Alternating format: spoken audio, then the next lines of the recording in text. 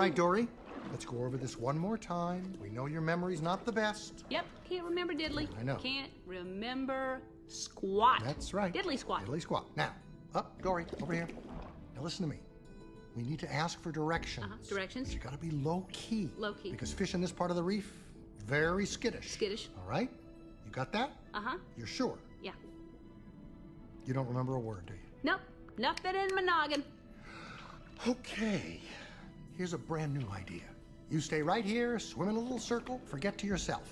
I'll be right back. I'm gonna ask for directions.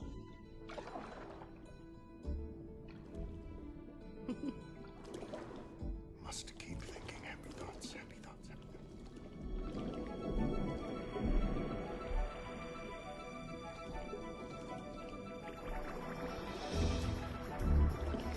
thoughts. Excuse me. Whoa. My friend and I need to get to the East Australian Current. Ah, sure, the EAC. It's in that direction. What you want to do is follow the... There's another one. There's one. Boom. Oh, that's so much fun. Boom. They just move. Oh. Oh. I'm sorry. Did you want to turn? Could a bigger fish swallow me? I will voluntarily go on a hook. Whoa. Hey. Hi, everybody, and welcome to Late Seating Uncut. I'm Jason. And I'm Steve. And we're going to talk about some movies that we watched before we get on to the review, because that's what you guys pay for. Watching me and Steve being dumb for a long time. Yay! You've come to the right place. Hey, Steve, I saw some Yes. movies. Did you see some movies? I did see some movies, as a matter of fact. Great, then you tell me. I went over that I saw Deadpool and Wolverine last week, right? No, I had seen it. You hadn't seen it yet. So if you want to talk about it, I would love to talk about it with you. Because somebody filmed it and put it on YouTube, of all places. Oh, yikes. And so it you just saw a came real up- good version. Came up with, you might like this. And I went, click. Oh, yes, And I it would like to was- pirate it this was movie, the actually. whole movie without even an Wow. audience. No shit. Yeah, I know. Makes you feel stupid for shelling out your $95. Yes, going to see a film that I really enjoyed in a theater and having a nice experience. Someone at YouTube has to have gotten fired for that. That's all there is to it. Yeah. Because in the comment section was the best part. Don't tell anybody. Yeah, exactly. Until some fucking narc went, no, copyright. This isn't went, right. And then just... Well, and the thing that makes me laugh about that is like, I mean, look, if it's like a struggling little independent film and somebody pirates it and you're like costing the artists money, like, okay, I understand being pissed about that. That's not cool. But if it's like, I mean, the fucking movie just grossed $1 billion worldwide. I don't think the odd unauthorized YouTube upload is hurting it all that much. And that's just it. I mean, it was like a gigantic company on another gigantic company. And I'm like, okay, no harm, no foul. Fuck them. Fuck them. So what did you think? I hated it. No. It's a great farewell to superhero movies. Goodbye, superhero movies. They're not making any more after this, right? At least for a little while. I know it was fun. It was fun. I liked it. It was fun. And that's all it was supposed to be. It was fun. There was a couple of serious parts in it, but undercut with Deadpool and all the fourth wall breaking and all that other stuff. It was just fun. It was just fun. It was fun to see Hugh Jackman as Wolverine again. Now, here's the thing that I really liked, and this is spoilers for everyone who hasn't seen it. Yes. Boy, Henry Cavill sure does make a good Wolverine. Yeah. Wouldn't it be neat if he played the new Wolverine when they reboot it? When they finally get around to doing whatever the new version of X-Men is going to be, yeah. Yep. But I thought it was fun. I thought it was fun. Yeah, it was a Deadpool movie, and I love Deadpool movies, and I laughed my ass off the whole time, except for the the sincere parts, the serious parts, and I thought it was terrific. So hooray! Yeah. Okay, so let's go on to the real movies. Okay. You go first. I'm not. So Jesus, I do you think we take turns? It's like we're in fucking kindergarten. We take turns, Stephen, and it's now your turn. Thank you. Okay, Stephen, go ahead. I watched the new Planet of the Apes movie Hooray! I didn't that see I it. I think it just came out on Hulu like a week or two ago. But this is Kingdom of the Planet of the Apes. Oh no! Yeah. They've got a kingdom now, them They have monkeys. a now they have a kingdom. They had the rise and the what was it? The rise and the dawn and the war, and now there's Yep. a kingdom. Now there's a kingdom of them, and them monkeys running around. How was Yeah. it? It was pretty good. Yeah. There's a time jump, because the last Sure. one, spoiler alert for anybody who hasn't kept up with the current Planet of the Apes series, but Caesar dies at the end of the last one. So they don't have a main character anymore. So they jump ahead like how they don't tell you exactly how many years, but they just says many generations later. They jump ahead Right. and we get a whole new cast of characters. Um, and it's it what I find interesting about it is like they keep figuring out ways to reinvent it and to find new stories to tell Sure. without feeling like they're repeating themselves. Mm-hmm. In this one, there's like there's a big clan of apes that have a kingdom, let's say, and they're Mm-hmm. like really militaristic and really dominant and They're led aggressive. And by then a there's like this king. led by a king, yeah. Mm-hmm. And by the way, great character. Like, Is I he mean, really? he's barely, I mean, he's not in it a whole lot, and Yeah. there's not a lot of depth to him, Mm-hmm. but they did a great job of like in terms of his character design and the actor who plays him giving a great performance. Like it's like, boy, you really want to see the hero fucking kill this guy. You know what I Mm-hmm. mean? Like he's just such an overbearing asshole, like sort of Okay. tyrant Yeah. leader guy. He's great. And yeah, and then there's like the lead ape in this one, Noah. He's from this clan of apes that, there's fewer of them and they live quieter lives, sort of away from the kingdom. And they train birds, which is kind of a neat little detail. Like they Mm-hmm. raise like falcons or hawks and Oh, train them okay. and send them off to do things. It's just kind of neat. And and they come into conflict, and then Noah, the good guy ape, has to save the day, and he uh hooks up with a group of humans who are some of the few surviving humans who can still talk after most everybody After the else was wiped out disease. by the Yeah. virus. Yeah. Yeah. And it's fun. It's just a fun little Planet of the Apes movie. About halfway through, William Yay. H. Macy shows up, and you're like, oh, hey, he's in this. Is he And an he's ape? He's just no, an he's a ape. person. He's a person. Is No, he playing William H. Macy? He's like, he's, hello. Except for some reason, I'm still alive. he keeps randomly doing mammoth dialogue, and you're like, what are you doing? Do you even know what you're supposed to do here?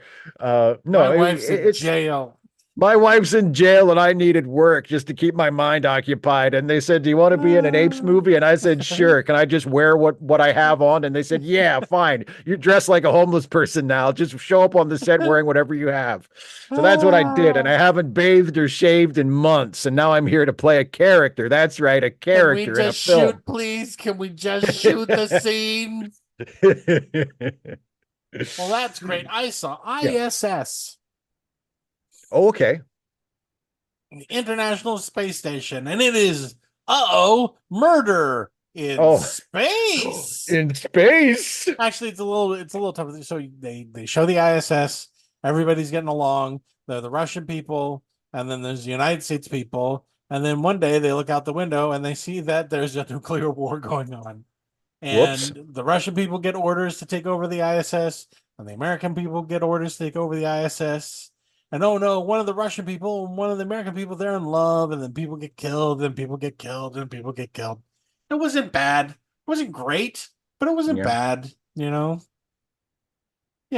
an interesting premise. Inexplicably, there's somebody on the station who's coming up with a cure for radiation sickness, and I'm like, sure they are. Sure they are. Sure. That's what's How about happening. that? What a coinky dink. But it wasn't bad. ISS, which stands for Yep. I sew socks. There we go. I sew socks, Your turn. which is all that's left to do after the nuclear war wipes everybody That's out. right. I'm just gonna sew socks until my skin falls off. I watched a movie that a lot of people were talking about earlier this year. Sure. when it was in theaters. It's a little movie called Civil War. Oh yeah, the one that had the Yeah. AI generated posters They got in a little trouble for that, but I for mean, being lazy. yeah, for can you just hire an artist to make posters? It's No, not that apparently you're, not. you seem like a pretty big movie. Like you No could one's gonna probably come afford see to this just piece of shit anyway. That's the one yeah. where what's his name becomes the president of the world or Oh, whatever. Nick Offerman, Yeah, yeah. Nick Offerman's the president. He's not in it very much, but I he don't makes think he's a lot in the commercials he is. yeah, he makes the most of a very small role. He's just in it at the very beginning and pretty much just at the very end. Mhm. But he does a good job as playing a not very good president. um, So the plot point that I was trying to figure out is so Texas and California, huh? Two states that are diametrically opposed to one another yeah, politically, just yeah. decided to secede from the union. So what seems to give the movie some credit, because I thought the movie was all right. I didn't think it was great, but I certainly didn't think it was bad. Okay. The Civil War plot is mostly just a backdrop. The movie isn't really about the Civil War or why there's a Civil War or what led to it or what the politics of the two sides Why are. isn't it? That seems to be the main driving force I to get mean, people to see it. I The mean, fucking name of the movie is and they did, Civil yeah, War. they did call the movie Civil War, so I understand people having that expectation. But the movie itself, it's mostly, I mean, it's about a small group of journalists who are trying to get from New York City, where they start, down to Washington, D.C., in time to interview the president before his government falls to the rebels and he is either arrested or killed. Who are Right. the So they're kind of rebels? like the rebels are the secessionists. And I think what are they called? They're called the WF, the Western Faction or the Western Front or something. Um, but that's like the Texas and California group. Um, And they've and just taken over the entire country. apparently, what has happened, and again, like you just kind of have to piece this together because the movie isn't really worried about the details of the conflict. But Okay. apparently, what has happened is the United States, like the federal government, became incredibly like totalitarian and authoritarian. And so the president is the bad guy, and the secessionists are the ones who said we're not going to take we've had all we can stand and we can't stand no more. And so they are like trying to topple the tyrannical federal government. Okay. Um, so that seems to be the situation. But there are various scenarios in the movie that the heroes find themselves in where it doesn't really matter which side the people are on.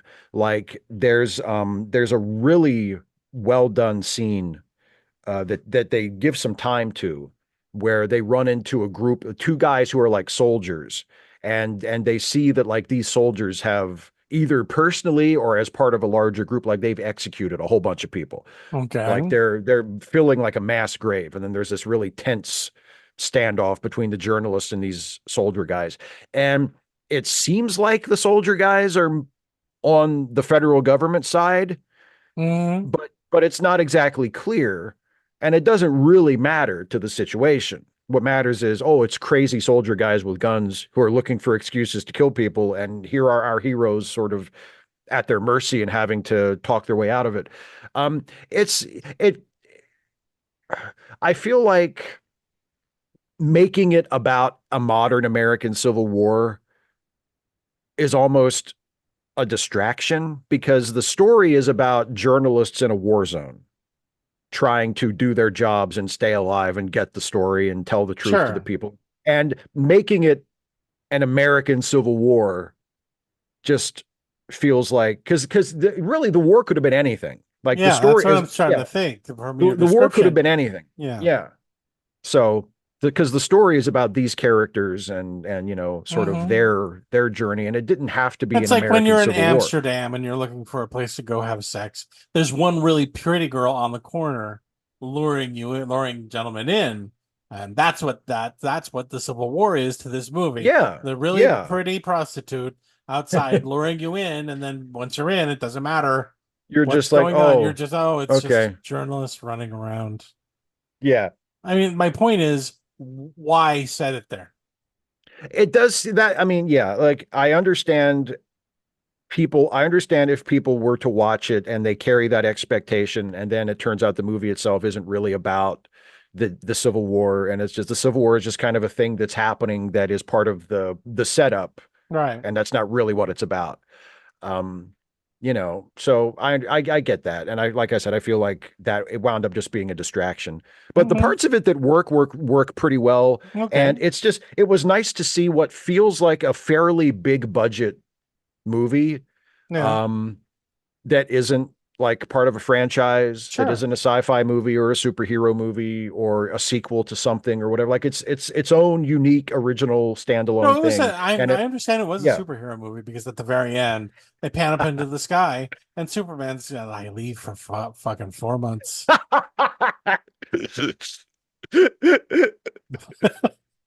I had to give the Green Lantern a ride back to Oa. I said I'd be back in half an hour.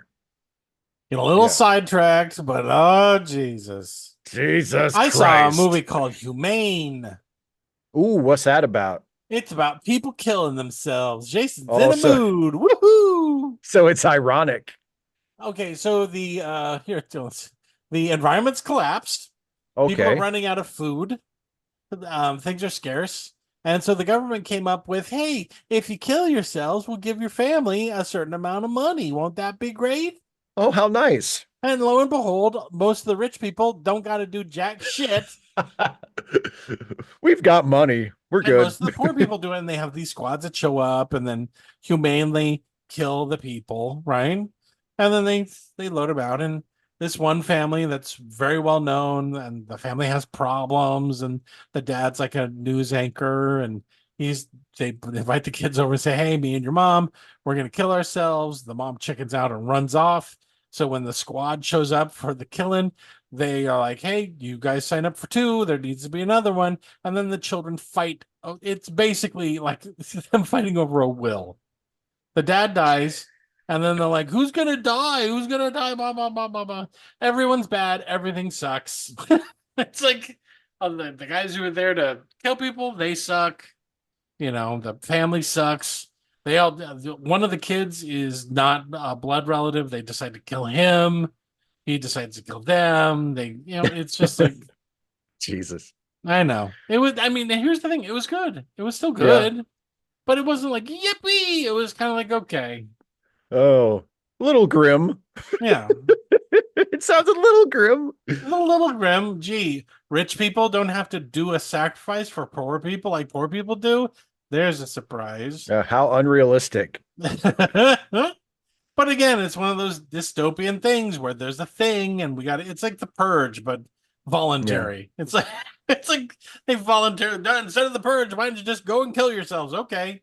We'll pay you to do it. All right. Why the fuck not at this point? But there's like shortages. People are like surprised. Oh, you have fish. I'm like, you guys are circling the drain. If you're like, oh, fish. Wow, fish. Mm-hmm. And the kids are all pieces of shit. Like one's a failed actress, piece of shit. One's the adopted one's a former drug addict, piece of shit. One of them works for the government and is one of the the advocates for killing yourselves, and the daughter made a product that killed people. And I'm like, who am I rooting for? Who am I? Who am I supposed to be rooting for at this? What should I want to happen here? Yeah, exactly. But that's what I saw. Humane. It's an suicide. But it's directed by Cronenberg's daughter. Oh, okay. Which is the name of my band.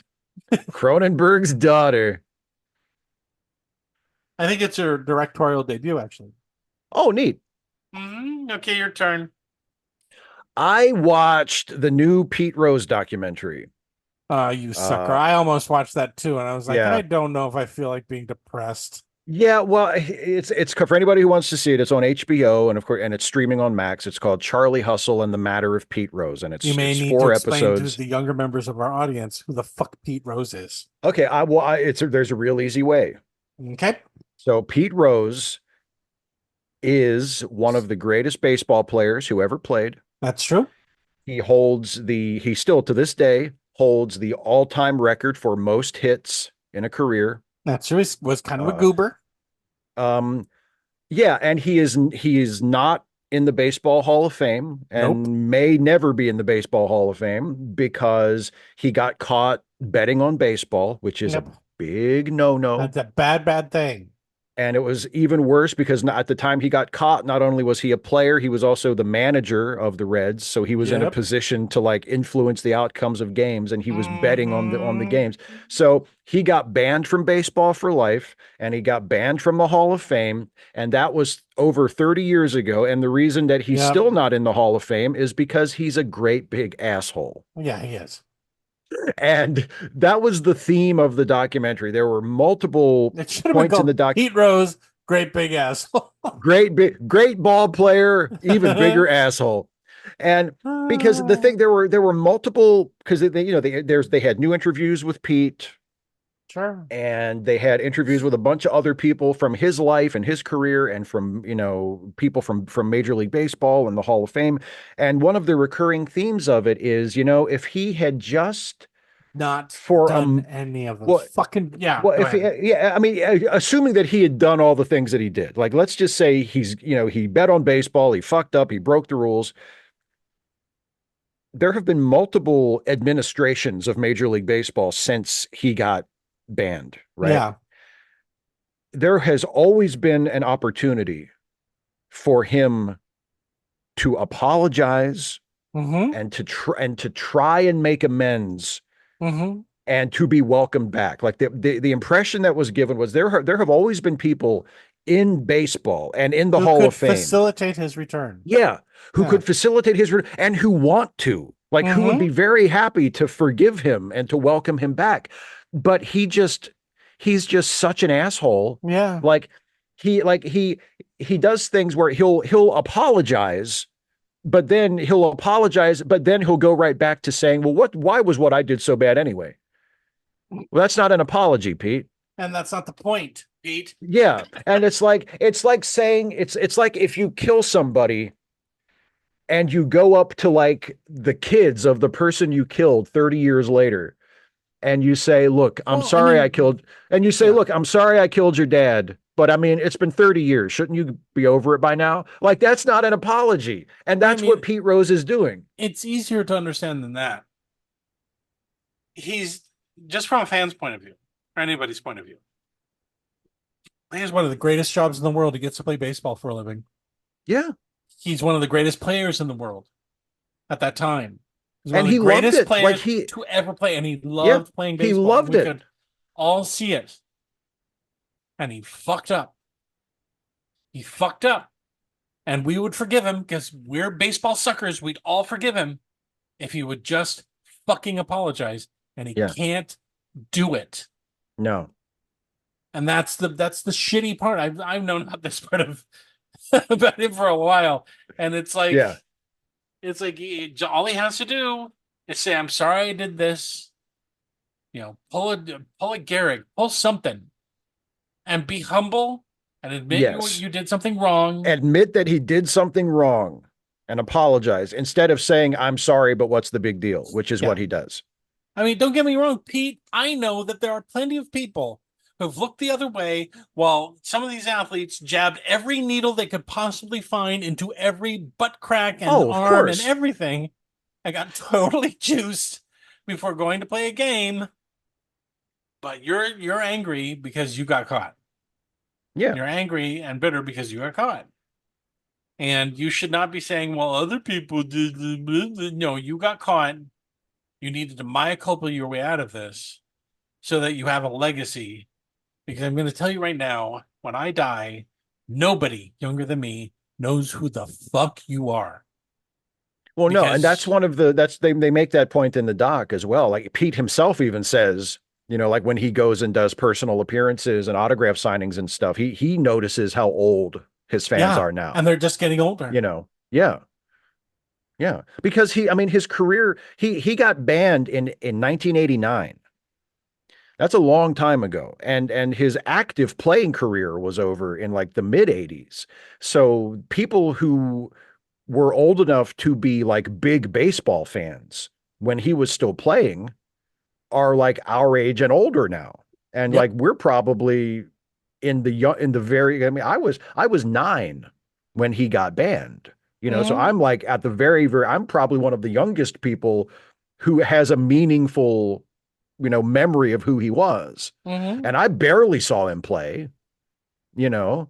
Uh so yeah, and he's his own worst enemy. Yeah. That's the main theme of that documentary, is that he is his own worst enemy. And there's one scene of him at a signing, and the person sitting next to him is Reggie Jackson. And they get along. Like, oh boy. they get along, but Reggie, I mean, if you like, people, and again, and again, we're going up into like, young people don't remember Reggie Jackson. But when Reggie was a player, like he was the flamboyant, big mouth, he was like a fucking asshole. But he was an asshole. He was cocky, and he knew how good he was, and he let everybody know it. And I love Reggie Jackson, but he was an asshole. He was like you like him as a player, not necessarily as. Well, I like him as a player and as like a public figure, as like a person that was entertaining to watch on TV. Sure, right? Okay. But now in his elder years, like he has mellowed out. He has a lot more sort of humility and a lot more dignity than, he had back in the day. And I'm like, you look at Reggie Jackson compared to Pete Rose, and Pete hasn't changed at all. Like Pete's personality, he's just as much of a fucking step on his own dick doofus as he was 40 years ago. Right. Reggie Jackson has grown and matured and is like an elder statesman of the game. Yeah. And, and it's like, and here's Pete Rose still acting like he's fucking 22, telling the same stupid jokes and, and acting like everything's fine. And everybody who has a problem with him, well, it's their problem because he's never done anything wrong. And it's like, God damn, Pete, I don't know what the fuck happened to you, but you just got stuck like back in like 1968. You're still there, Yeah, he is. Yeah. All right, my turn. I watched a movie called Stop Motion.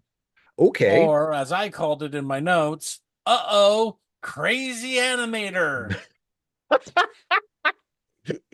It's about this lady and her mom, and they're making a stop motion movie, and her mom's kind of controlling, and then her mom has a stroke, and she now has to do the stop motion animation, and she slowly goes crazy, and it's supposed to have all this creepy stuff in it, but it was just kind of like, I'm bored, so bored. And there's a little girl that appears at some point. I'm like, that little girl's not real. I know she's not real. She's a figment of her imagination. Turns out she was. And I'm like, okay. Exactly. I'm like, okay, we're done. I'm done. It was boring. It was very boring. And I wanted to be something about something good, like this woman, and she makes all these creepy puppets, and then she passes out and the puppets come alive and they kill people. That would have been easy, but instead they're trying for some kind of psychological examination of this bizarre fruitcake, and it's not interesting. So there we go. Stop motion growth. I watched a really funny movie on Netflix called Wicked Little Letters. Oh, I heard about that. I didn't watch it. Yeah, it's funny. I would recommend it. It stars Olivia Colman, and it takes place in England in the years after World War One. And it's in this small English town, and there's this scandal where Olivia Colman's character, she's Edith, and she's like this very pious, upstanding Christian woman. Hey, and people are sending her like really nasty letters. I mean, calling her like a bitch and saying, fuck you, you fucking bitch. And, and so everybody's like scandalized by these letters. And she thinks that it's her drunken, carousing, unmarried, unwed, single mother, Irish immigrant neighbor who is sending the letters. Right. So this Irish woman who lives next door gets arrested for it. And then like they find evidence that she didn't actually do it, and it doesn't. And so there's like a little mystery as to who actually did it. And so it's just kind of about that, who sent the letters and why, and what does it mean? And And it's one of those movies where like it's just kind of it's a little funny all the way through, and then every once in a while something will happen that just fucking kills you. Where it's just like, holy shit, like it just becomes incredibly funny all of a Okay. sudden. And you're like, oh my fucking God, that's funny. And then it kind of settles back down into its rhythm of just being kind of enjoyable, and then it pops up again. And Timothy Spall is in it. He plays Mhm. Edith's father. Okay. And I mean, all of the performances are good, but he might be the best performance in the movie just because he plays this dad as such He a needs fucking he needs to get some sort of recognition at yeah. some point because he has been just every performance lately that I've seen of him, he's just been knocking it right out of the Yeah, fucking park. he's so And good in this. most people He's only yeah. know him as the fucking rat guy The from from Harry Harry Potter. Potter. Yeah. Yeah. No, he's so good in this as playing this father who is such a piece of shit. I mean, he is the biggest fucking like the some of what it like culturally in the and sort of in the background of a lot of these events is the suffrage movement, the women's suffrage movement. Mhm. And so and of course, this Timothy Spall's character, he's like this old fashioned sort of patriarchal guy, and he's completely against women having the right to vote. Like he's totally against all of this. He's just And against women in general. he's just against women in general. And that's part of what the movie is kind of poking fun at and kind of arguing against and bringing to light. It's like it's a lot of misogyny and sexism and just Sure. how brutal and sort of vicious it was and still is. But yeah, Timothy Spall is great as just this absolutely unredeemed, unlikable, just a huge piece of shit. And I mean, occasionally he's a little funny, but usually they don't write him funny. Like he doesn't have a lot of funny moments. He's just a bastard. And occasionally funny stuff kind of happens around him or involving him. But I mean, Sure. he's really good. And overall, I think the movie is good as well. So I would recommend it. Wicked Little Letters on Netflix. Hooray. I saw Ghostbusters Frozen Oh, Empire. I saw that a little while ago. What did you think of it? Uh-oh, sequel. Um, let Bill Murray not be in them anymore.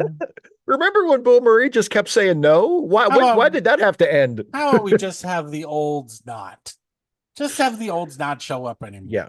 Just make Okay. they've established new characters. Just let them be the Ghostbusters if you insist on making more of these. I mean, we get it. We need to have the one guy who's there, but eventually everybody gets in a Ghostbuster costume and they're all ghost busting. And I'm like, Yeah. okay, stop. I mean, This is it's not sad. bad. It's just not, it's just kind of sad. Right? Yeah. And again, what's the girl save him? No, it's a girl. It's a little girl that Yeah. saves him again. Yeah, by smelting. Yes. I thought I understand they wanted to like, give her something to do, but she's like, I know what sure. I'll do. I'll melt down some brass. That'll save the day. Yay, and I did it. Okay. I melted Sure. down some brass. And we're gonna cut up the fire pole and melt down some brass. Who cares that at the climax of the movie, the main character slides down that fire pole that you cut down in a previous scene, that you cut a big hunk out of. And apparently their equipment works just fine if you just pour molten brass all over it. I guess so. That's what I was thinking. Like, wait a minute.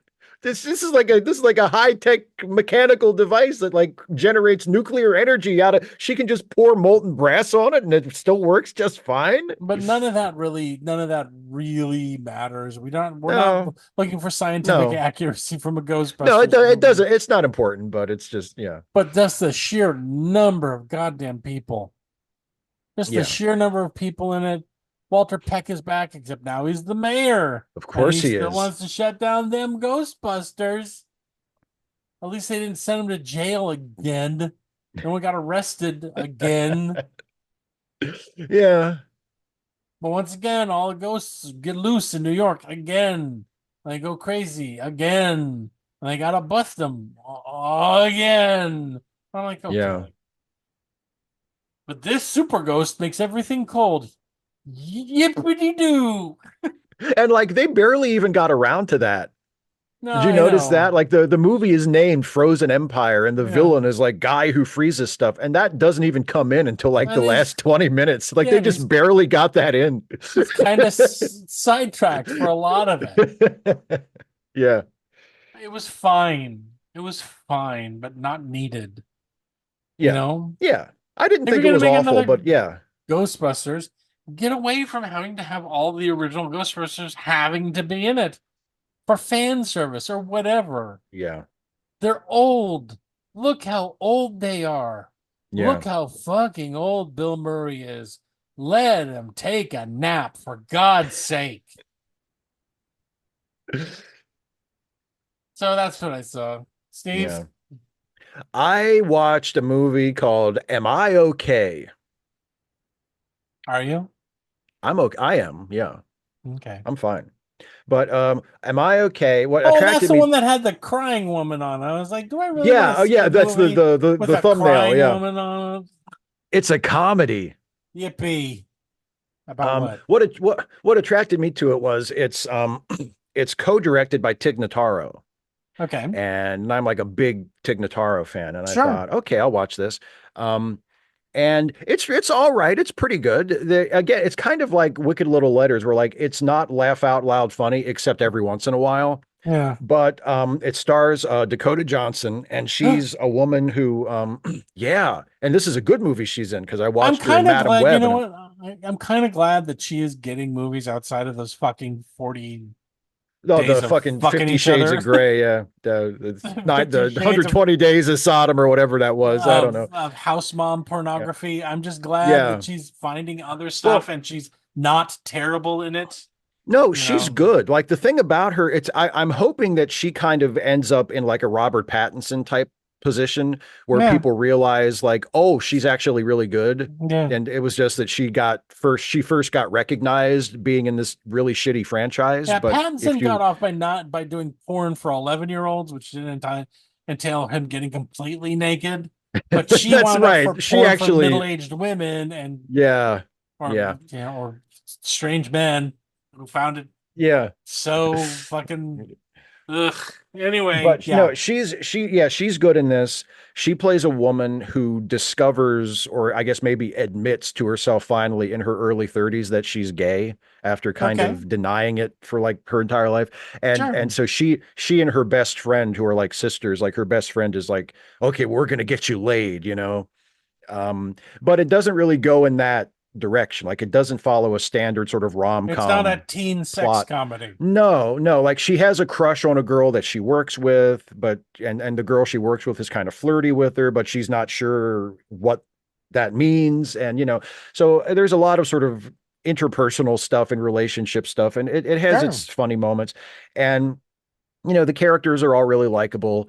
And then there's like this one scene near the end that I on the one hand, it's the most laugh out loud funny scene in the movie, but on the other hand, it almost feels like it's from a completely different movie. And Okay. it's a scene where one of the best friend character goes on a retreat where it's like a meditation retreat where everybody lays in hammocks. And like that's the gimmick I is hate everybody it lays in already. hammocks. And Tig Notaro plays like the leader of the hammock meditation cult, basically is what it is. And it's like the movie up till now has been mostly kind of down to earth and just kind of low key, sort of funny and smart and clever. And then but fairly realistic and believable. And then all of a sudden it's everybody's in a hammock in the middle of the woods. And here's Tig Notaro coming out of a tent wearing an obvious fake wig. And it's like it's a completely different movie. Mm-hmm. And it's really funny, but it feels like it just became a totally different movie for like 5 minutes. Mm-hmm. And then it goes back to being the movie that it was. It's a little jarring, the tonal shift and the stylistic shift where it's like, oh, where did this come from? But no, I wound up liking it. I thought it was good. And if it's indicative of what Tig Notaro has to offer as a director, in addition to just being a performer, I think I'm interested to see what else she wants to do. So, am I okay? I liked it. Okay, yay. I saw The Gentleman. I Okay. watched the whole thing. It's a crime comedy series Oh by boy. Guy Ritchie. It's really fun. You like crime shit, Steve. I do. You I really do. should watch this. It's about so there is a British lord. He dies. His son, who is serving in the military, has to come home and oversee the estate. And it Okay. turns out that in order to make money, Dad's been allowing people to illegally grow marijuana underneath the barn. There's like a whole thing Oh, there. uh. And I love how in the course of it, they implement that there's only 28 lords in Britain, and all of them are fucking doing it. They're all doing it.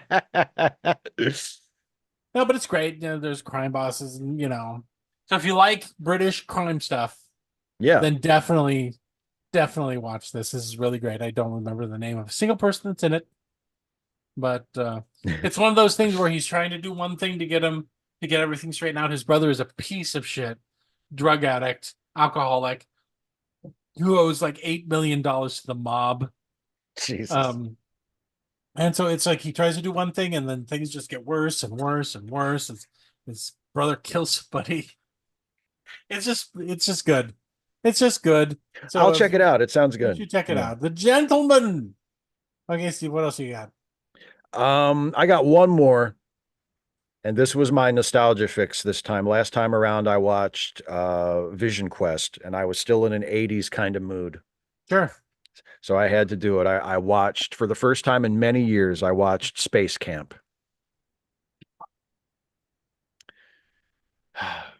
I was way too old for Space Camp. I saw it and I said, how did those children get into the fucking space shuttle? It's completely preposterous. Thank you. Here's my favorite part of Space Camp. They all die.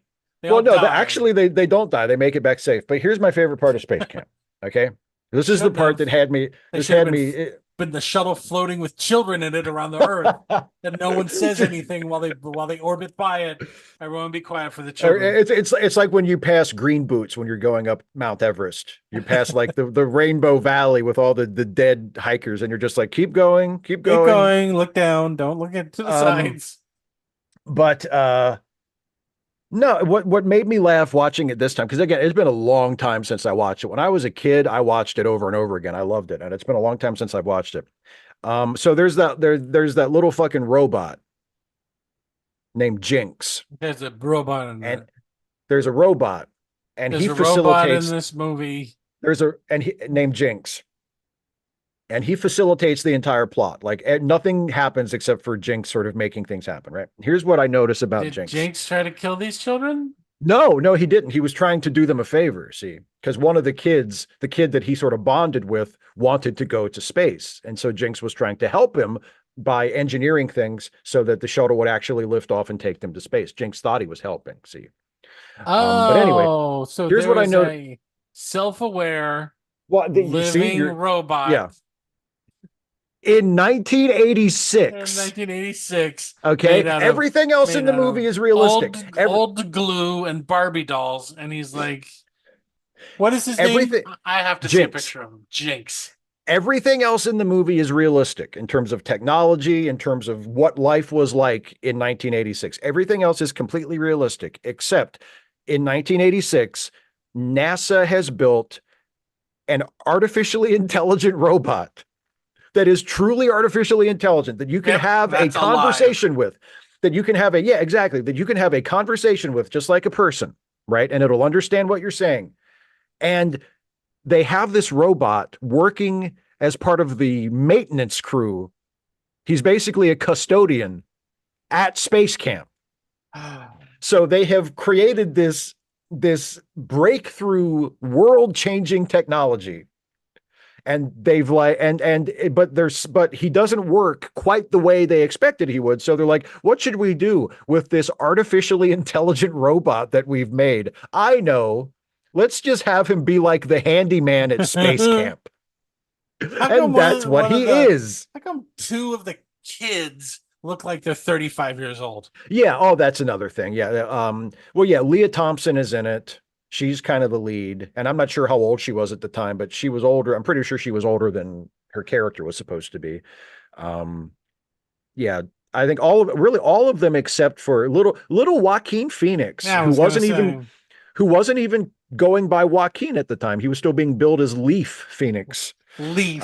He's the youngest Pick one, a and he's the culture to steal from, you sack of shit. but yeah, he's the only one who seems like genuinely around the age his character is supposed to be. The others all seem older than they're supposed to be. But yeah, and my man Tom Skerritt's in it. Well, of course. Yeah, I love me some Tom Skerritt. Of course, he doesn't get to go on the space shuttle. He gets to stay on the ground and try to talk these children back down without them dying. But no, it's it's not a good movie. It's a piece of garbage. It probably wouldn't have been success. And see, the thing is, it came out the same year as the actual Challenger disaster. Oh, that's great. So the real space shuttle Challenger blew up and everybody died. And then here comes this fun, like family comedy about space camp where a bunch of kids end up accidentally going up in a space shuttle. And for some reason, people just weren't in the mood for that movie that year. And How about that? What was their flight gear like? Was any of it fucking accurate? I'm looking at pictures of it right now. I think I can't stand it. I think other than the intelligent robot, it was pretty accurate. No, I'm looking at this right now. They're wearing blue flight suits. They're not wearing their space gear. They've got stupid fucking helmets on. What? But those are space. But that was space camp gear. That was space camp gear. That wasn't like actual astronaut that gear. They give to kids that should work in real life. Okay. But yeah, it's for it didn't do well at the box office because but even if the Challenger disaster hadn't happened, I don't think it would have done very well because it's just not that good. It's fun to watch in like a cheesy 80s way to kind of watch it and laugh at it and make fun of it, but it doesn't even really have like a Karate Kid kind of appeal where even though it's not necessarily a great movie, like you can still enjoy it on some level. Like it's not completely without merit. Yeah. But with Space Camp, it's like, no, this is just kind of bad. My turn. I watched Tarot. Oh, I almost watched that, and then I didn't. I don't. Now My note is, I think this was made for 10-year-olds. Here's the thing, guys. Unless you really, really, really know what you're doing, don't make a PG-13 horror movie. Ooh, yeah. You really need to know what you're doing to make a PG-13 or even a PG horror movie. Yeah. You need to be a fucking pro or just lucky. Yeah. But this was like, hey, we got tarot cards and they're bad. And then a guy shows up and then all the death happens off screen. There's no blood. As the kid from Spider-Man. And it's like they just broke open the book of, hey, what do we got? We got the girl. We got the girl, the boyfriend who's like, they just broke up. We got the couple that's constantly making out. We got the goofy guy. It was like, all the things that Cabin in the Woods made fun of.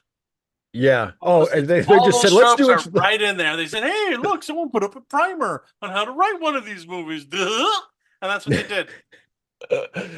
But aren't they making fun of that kind? No, let's just do it. It's so stupid. It's like, but there's a tarot card deck that was made by a lady who was killed and she put her something in it and all this. And it's like, fuck. I've seen this movie a million times. It's not goofy enough to make fun of. Yeah. It's just really long. It's really boring. It's not scary. And I wanted everybody to die at the end.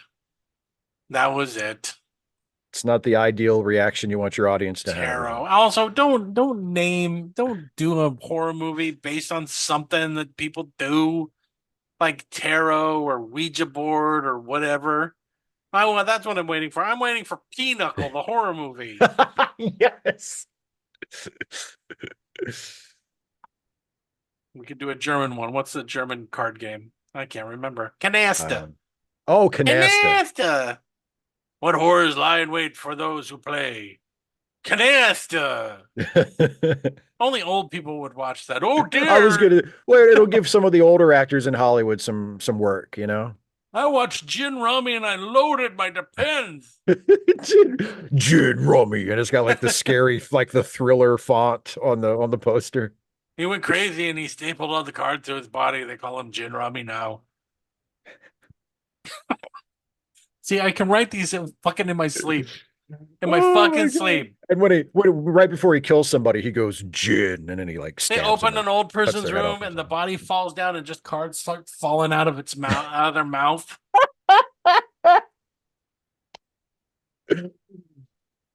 But that Somebody would be just too. But screams. here's the thing: they'd never make it because it has nothing but old people in it. They'd have to Yeah. somehow get teenagers to play. Oh, my grandpa taught me this game on their attic Yeah, cabin. the grandkids would be the real heroes. Yeah. Hey, does anyone remember where these cards came from? Oh well, we'll play them anyway. Ow! I cut my finger. No, the evil is in you. That's why I love Bubba Hotep. Yeah. Because Bubba Hotep is set in an old age home. Yeah. And of course, they're exactly. going to be all these people are going to get killed because they can't get out of bed. You got a mummy running around sucking people's souls out of their assholes. Yeah. One of the women is in a fucking iron lung in a hallway. It's like, if you're going to do something funny or goofy or something, just do it. Yeah. Do it in a horror movie. You don't have to, if you're not taking it that seriously, don't. Yeah, and the tropes are so well established and so expected that if you can come up with like a clever way to riff on those, I mean, you're halfway home right there, you know? I mean, the biggest thing is that there's a guy who is or may not be Elvis in an old age home. Yes. And he's got a thing on his dick. He's dying. He kind of wants to die. His best friend is a black dude who thinks he's JFK. That after he got shot, they packed his head with sand and dyed him black and put him into an old age home. Sure. That's funny fucking writing. Do you know the guy? Do you know that there's a scene with a guy who's shooting at Bubba Hotep with cap guns? Do you know who that is? I'm not sure. The man dressed up as the Lone Ranger shooting at the Indian. That's the guy who played the Lone Ranger. Oh, that's Clayton Moore. That's Clayton Moore. The real Lone Ranger. Yeah. Oh, that's the awesome. Real I didn't Lone know Ranger. That. Yeah. I love the opening with the old lady that comes by to the iron lung and takes her glasses off her face and puts them on and then walks off. The woman, there's a scene in it where she walks up and she's so happy that someone's come to visit her. And she's like, oh, and the lady just reaches down and takes off her face and she goes, oh, and she puts the glasses on and she goes off. And we later find out she's got a whole hoard of stuff that she's just stolen. It's a great movie. We should do it. Yeah. We should do it. It's hilarious. Something. Yeah, we should. It's fucking. But I mean, that's kind of my point. If you're going to do something different, do something different. Yeah. I can guarantee you that there isn't another mummy stalking old people in a fucking old age home with Elvis and a guy who thinks he's JFK. Yeah. No. You're not gonna find it. It's one of my favorite Bill. How come I can't remember his name now? Bruce Campbell. Bruce Campbell. I want to say Bill Campbell. That'd drive you crazy. Bruce Campbell performances ever. I thought it was great. It's nearly 21 years old. Jesus Christ. Yeah. All right, time for us to do the movie. But first, Jason needs to go to the party.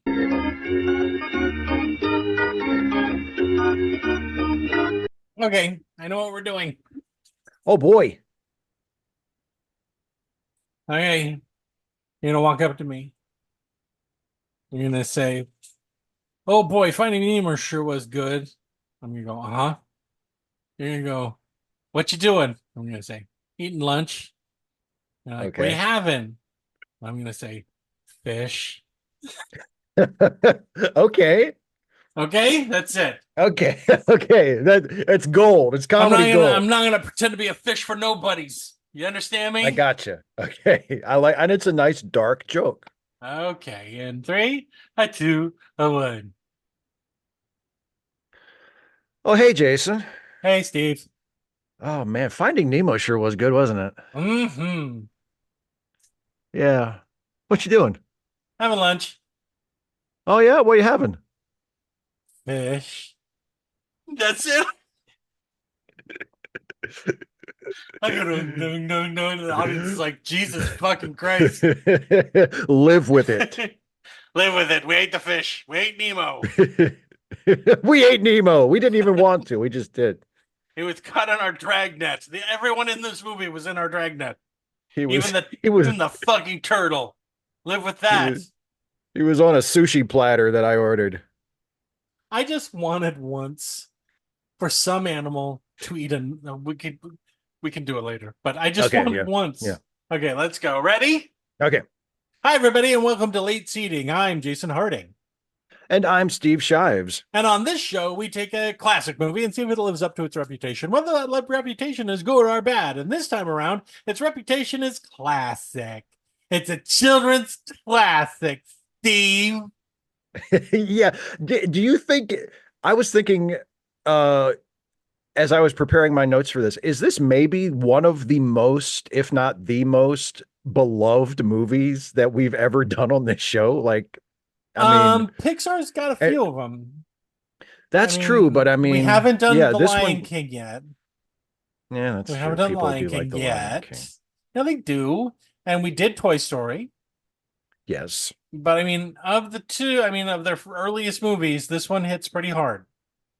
This one is like a little kid and his dad, stuff like that. Well, and just like I mean, it seems like everybody, especially everybody in a certain age group, but I mean, even people beyond the target audience, like it just seems like everybody has seen it and everybody loves it. Yeah, there's a reason. It's just one of those movies.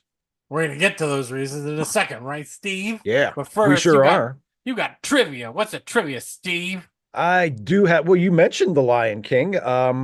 This movie became the highest grossing animated film ever. And in doing so, it surpassed The Lion King. Good. We haven't seen The Lion King in a long time. That's right. Yeah, maybe it's better than I remember it. Oh my God. Were you just angry when it was out? How old were you when The Lion King came out? What was I, 12, maybe 12 or 13? And you're just sitting there hating every second 14, of it. Like, I liked Aladdin. What more do you want from me? Why can't this be space camp? Exactly. Why can't the lions be going to space camp? And they get in the shuttle and it's just supposed to be a test. And then the super intelligent robot who just happens to work for space camp sends them into space. You want to understand that joke? Become a patron. There you go.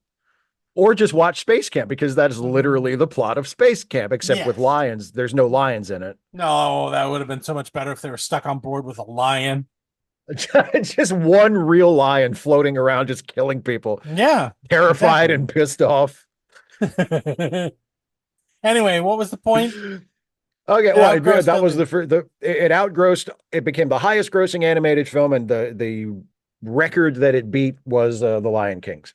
And then I said, good. I editorialized. What was DreamWorks' answer to this beautiful masterpiece? Oh my God! Shark Tale, right? Shark Tale. Not nearly as good of a reputation as Finding Nemo, is it? About a car wash and fish that don't look like fish. They just made up fish for it. They just made up species of fish. It really feels like Jeffrey Katzenberg saw Finding Nemo and then like burst into the fucking room at DreamWorks. When he defected from Pixar, he knew that. That's right. He knew this was coming down the pike. Yeah, that's right. They want fish. Get us something with fish. Get it with fish and cast it with nothing but stars in it. And well, let's put a shark, because I think there's a shark in Finding Nemo. Put a shark in it, and let's not work on it hard. And it's one of the worst movies ever fucking made. The DreamWorks animation credo. Let's not work on it hard. Let's not work on it super hard. Although I have met someone who has worked on DreamWorks films, and they work them like fucking slaves. And I'm sure they do. For that crap. The people who actually do the actual work of animating it, I'm sure they get worked to death. Let's beat the passion out of our workers. We're not passionate about the films we make, so why should they be passionate about the work they do? Right? Exactly. Right. Yeah. Thank you. Yeah. Thank you, DreamWorks. Yeah. That's the way. That's a great way to run an industry. More trivia, Steve. Of course, a lot of work did go into Finding Nemo, and it actually shows on the screen. And the visuals of the film are so complex with so many different elements making up each shot to create the look of the movie that rendering a single frame of the movie that's 1/24th of a second of the entire movie would sometimes take up to 4 days. Oh my fucking Christ. I knew it was long. I Yeah. didn't know it was that long. Yeah. I don't think every frame took 4 days, but some of the more visually complex ones, yeah, Sure. it could take up to 4 days to render a single frame. And this is a 1 hour and 44-minute long film, including credits. And of course, the credits have animation on them too. Oh yeah. So, I mean, you think a 1/24th of a second of a 1 hour and 44-minute film could sometimes take 4 days to render. That's amazing.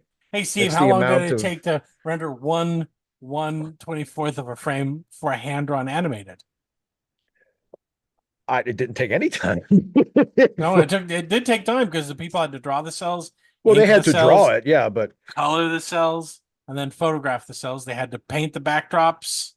There were like 15 people all working on it at the same time. But then once they photographed it, it was done. Oh no, that's all they did. Click, next one. Yeah, they didn't need to be like, okay, now it'll be ready in 4 days. I've been making this crab say fuck for 9 days. It's taking me forever for him to say fuck. Can we please be done with it? Well, we've added on to the scene. How did you do that? No! Now he says, fuck you. I've got to do a fuck you.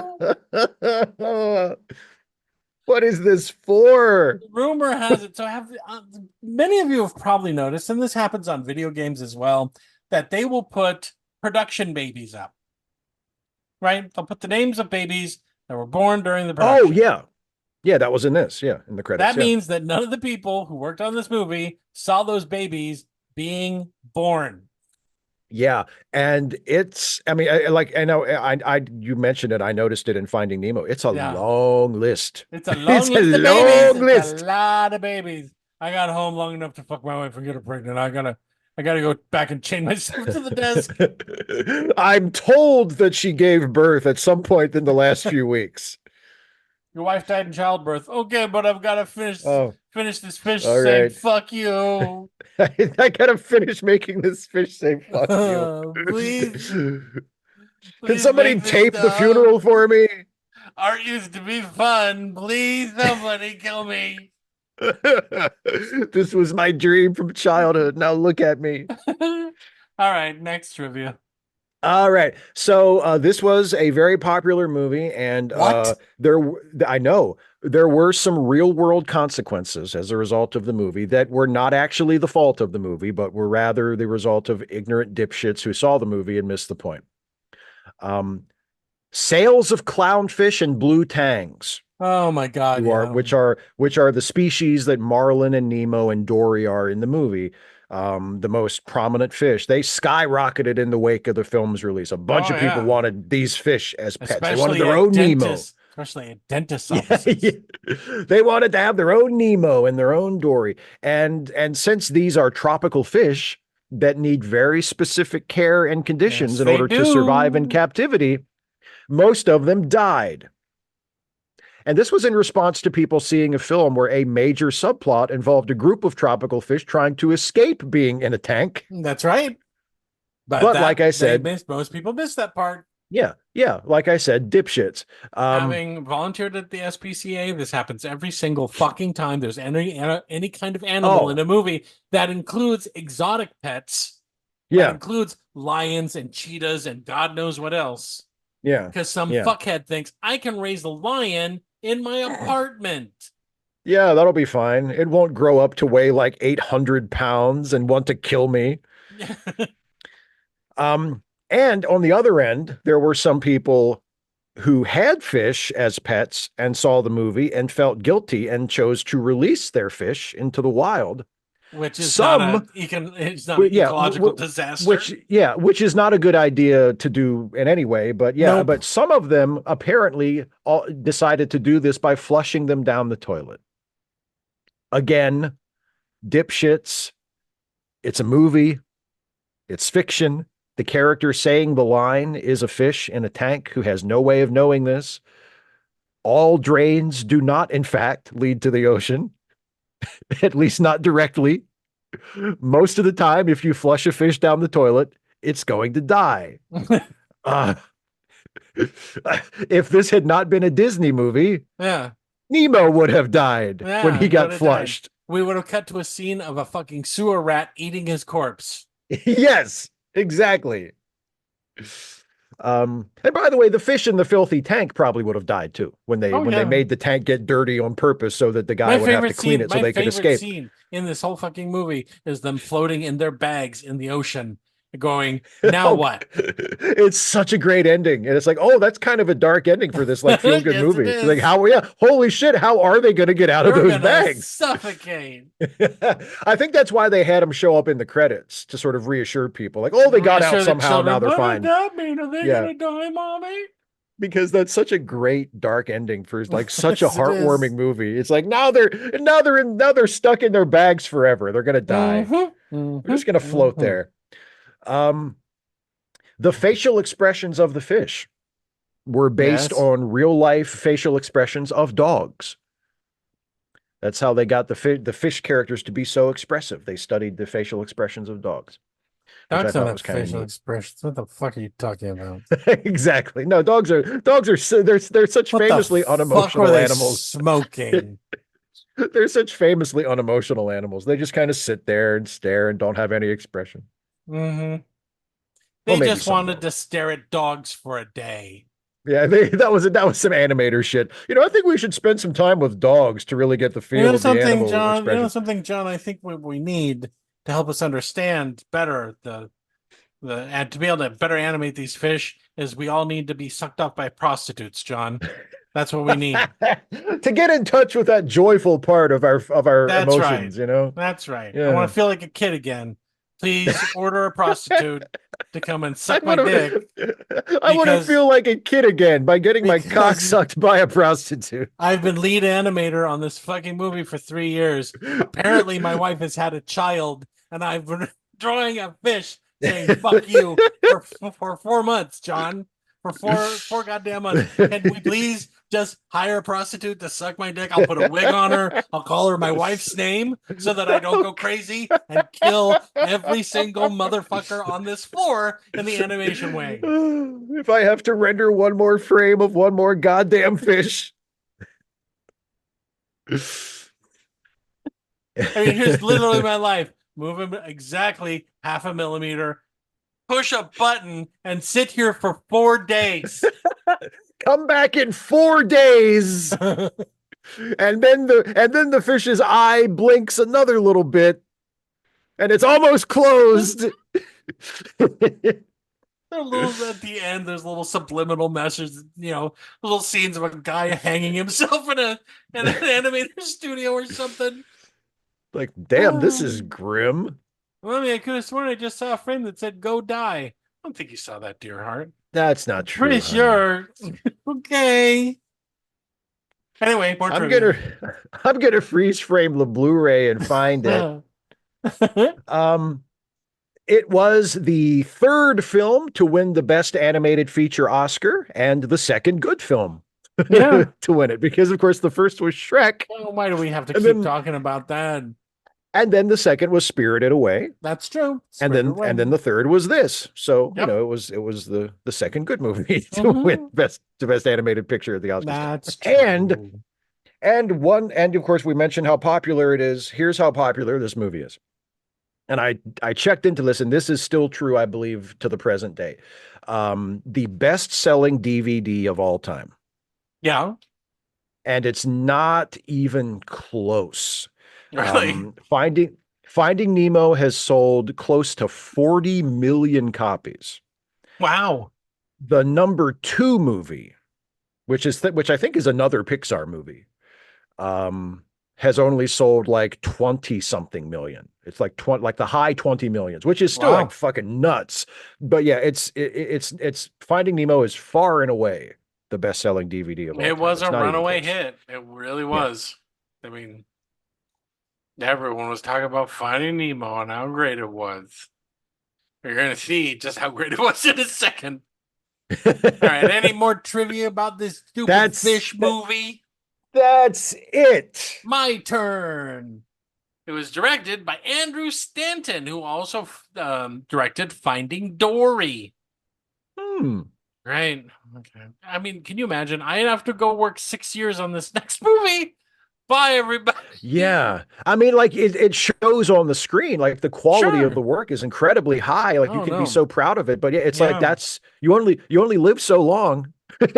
You know, when you're dumping 6 years into something, you get to work it, rework it, and work things out, and work out dialogue, and do all this other stuff.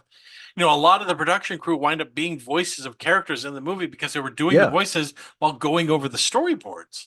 So, right. Just for timing and stuff. Yeah.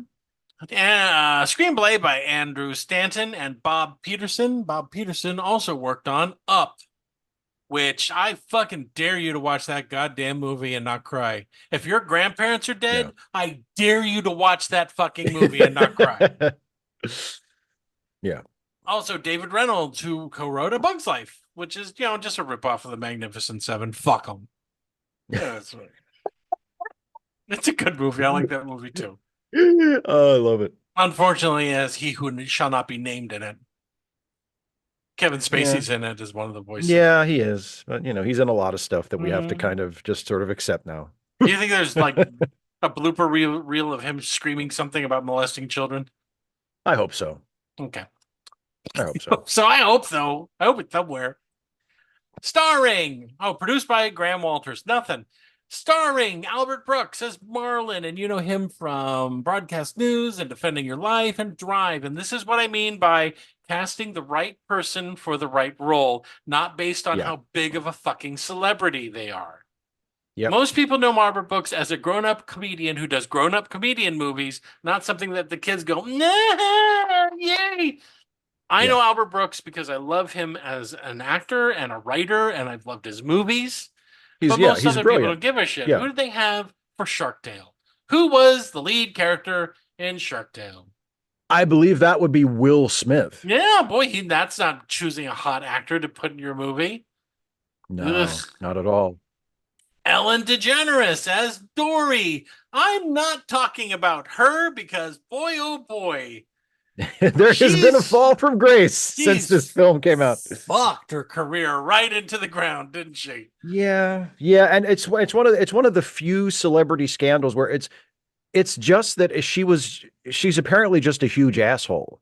Yeah, like that's the main problem. It's not that like she doesn't have a huge skeleton in her closet, right? She's just a huge prick to people. The big problem with it is that she presents herself as being, you know, super fun Ellen, and everyone loves her. And then in real life, she's like a fucking person that walks up and throws your baby on the floor and kicks you in the nuts. And it's like, oh, I don't know if I like that. And then goes on TV and does a fun dance. But I mean, she's the most popular character from this, and she plays Dory. And then they made the next movie, Finding Dory. Willem Dafoe as Gil. Now, there's a lot of people. You go, who do we cast as this fish? And someone said, you know that guy? Oh, what was he in? Antichrist? Let's put him in this. Let's cast him as Gil. Now, I'm pretty sure he made Antichrist after this. Antichrist was after this, but yeah, I mean, you know, he did. So maybe it was the other way around. What's his name was looking for a lead character. What's his name? I can't remember his name. Fucking Nazi guy. Oh God, I can't think of his name. I can't think of his name either. And he's Stuffy's favorite filmmaker. Oh my God, no, he's not. He is. Stuffy's a big fan of his work. Yeah. Ugh. Not as he's troubled by the personal revelations. Lars von Trier. Lars von Trier. Lars von Trier was in the theater watching Finding Nemo, and he was like, I wonder. Masturbating to a Kleenex box, wearing a swastika armband, and he was like, "Oh, I found." I wonder if Willem would be willing to do a movie where he gets his leg bolted to a cinder block. Shit. Jesus, well, let's not talk about the movie. And that's one of the least weird things in the movie. Mm-hmm. Yeah. You know him. He was just in The Lighthouse, which is turning out to be probably my favorite movie of the last 25 years. He's a brilliant actor who is brilliant in everything, and yes, most of his movies are really, really good. But you saw him in Spider-Man. Yeah. Brad Garrett is Bloat, and he's done a lot of Pixar movies as a voice, but you probably know him best from Everybody Loves Raymond. He was on that show for a while. He was the only funny thing on that show. Yeah. And he was a stand-up, and he's been in a lot of stuff. Like yeah. Allison Janney as Peach, and you know her mostly from The West Wing. She's done a lot of movies, but you probably know her mostly from The West Wing. Stephen Root as one of my favorite character actors ever. Yes. And he plays Bubbles, but you know him from King of the Hill and from News Radio and just a shit ton of other stuff where he's always great. He's always fantastic. Great and he's always funny. Austin Pedalin as Gurgle. And you remember him as Max from the Muppet movie. Boy, that's a wow career trajectory, isn't it? Yeah, that's right. Yeah. All right, Vicki Lewis is Deb, and you know her from News Radio and the 98 Godzilla. Jeffrey Rush is Nigel, and you know him from the Pirates of the Caribbean movies. Andrew Stanton as Crush, nothing. No, I'm sorry, he's the director. He's playing Crush. He directed it, but other than that. Elizabeth Perkins as Blink and You'll Miss Her as Coral. You know her as tragic backstory. You know him as her from Big. And most recently, the voice of Aunt May in Spider-Man Across the Spider-Verse. Yeah. Nicholas Bird is Squirt, and he's Brad Bird's son. Isn't that great? Nepotism. Whoopee! Nepotism. Bob Peterson as Mr. Ray. He's also someone who works on Pixar movies. Barry Humphries is Bruce, and you know him better as Dame Edna. Eric Bana as Anchor, and you know him from Steve's favorite movie and Munich. Bruce Spence. Bruce Spence as Chum, and you know him as the Gyro Captain from Mad Max 2. Or, you know, the Road Warrior, if you're American, whatever. Yeah. Bill Hunter is Philip Sherman. He's the dentist. And you know him as Bob from Priscilla, Queen of the Desert. Oh, he's wow. The guy, he's the mechanic that saves them. That's right. Yeah. It's awesome. Lulu Ebeling as Darla, nothing. John Ratzenberg as he's got to be in a Pixar movie. And he's playing the School of Moonfish. Yeah. Cinematography by Sharon Canahan, Pixar movies, and Jeffrey Lasky, nothing. Edited by David Ian Salter, who has also done Toy Story 2. Music by Thomas Newman, who's done scores for 1917 and Finding Dory. Production company Pixar Animation Studios, distributed by Buena Vista Pictures Distribution, released on May 30th, 2003. That's how confident they were in this movie. That's the summer film. That's how confident they were. That's Labor Day weekend. Yeah. May 30th. For a kid's movie. Yeah. Running time, 100 minutes. Budget, $94 million. Fuck. This is $94 million, 2003 about dollars. Yeah. $940.3 million in 1983. Yeah. Almost $1 billion for this fucking fish movie. And like you said, that was 21 years ago. Yep. And like we were talking in the pre-show, Deadpool and Wolverine just crossed $1 billion worldwide just a few days ago as we're recording highest grossing animated movie.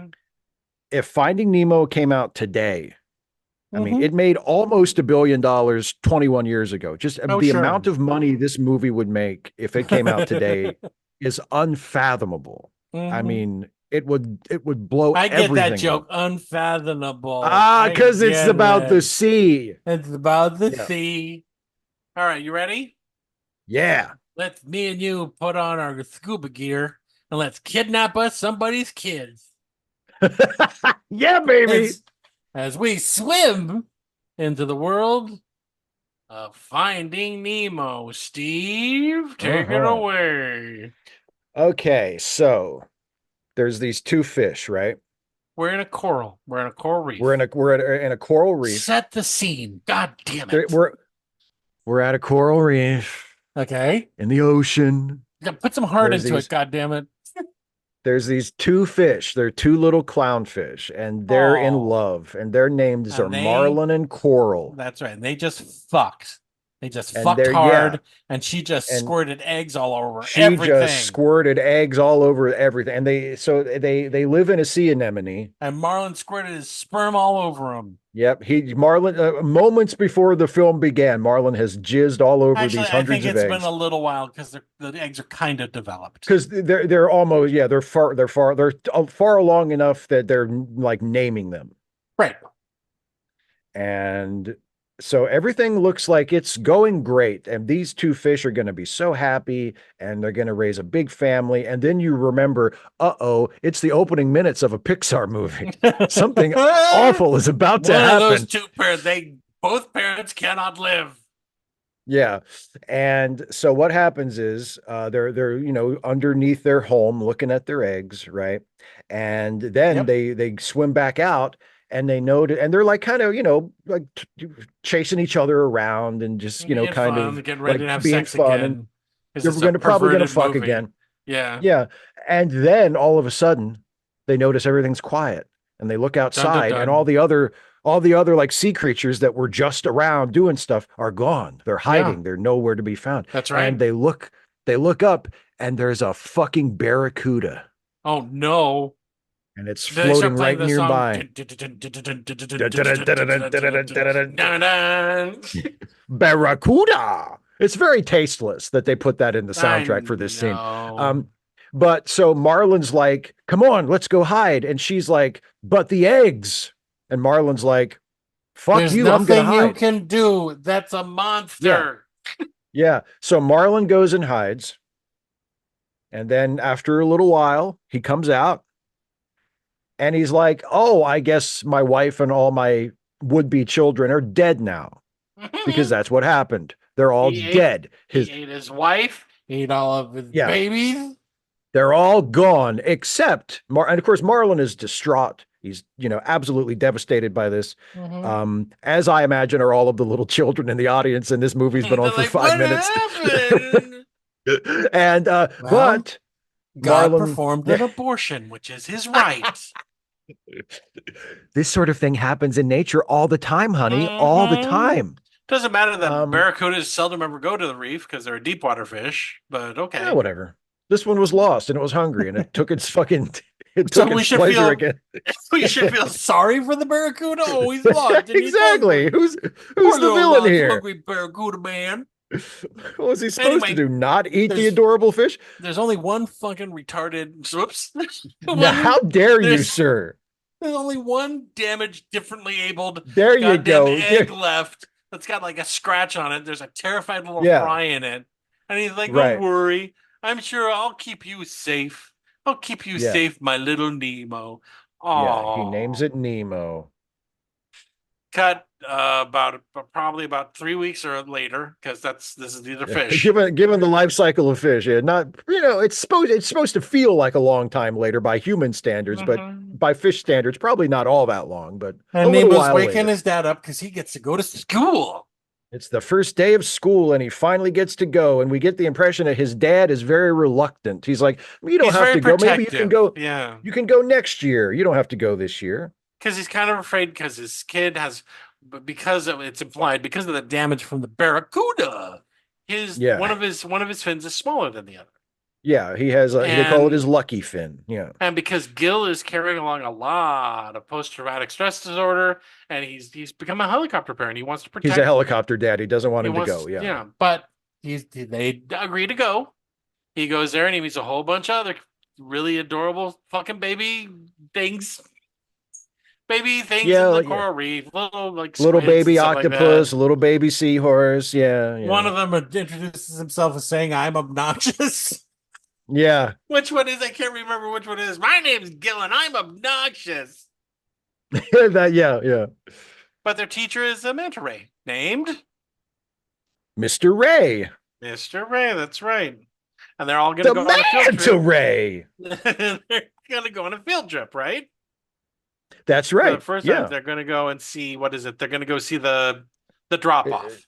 The drop-off, which is like the edge of where they leave the reef and it's the open sea, so it's Mhm. like they're not usually supposed to go beyond that point because the Right. reef is safe. Mhm. Yeah, And they're all looking at it, and the kids are daring each other to swim out into the open sea right. Because they see a boat. because they see a boat. Then they say, which they call a butt. And, Yeah. yeah, they dare each other to swim out to the butt. And Nemo wants to do it, and Gil, who's been helicopter parenting Marlin. this entire time, Marlin, says, "What the fuck are you doing? You don't Yeah. get to do that." And he does it anyway. Yeah. He swims out there To prove he can tells do him- it, and he he tells him, slaps "Don't- his fin on the bottom of the boat. don't you dare touch that boat." And he's again just does exactly the opposite of what he told him to do, and he touches it.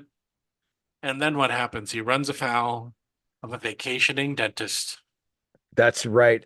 That's right. Well, he's swimming back, right? He's on his way back, and then before he can get back to his dad and the other fish, the diving dentist rises up out of the deep behind him, and he catches him in a little net bag.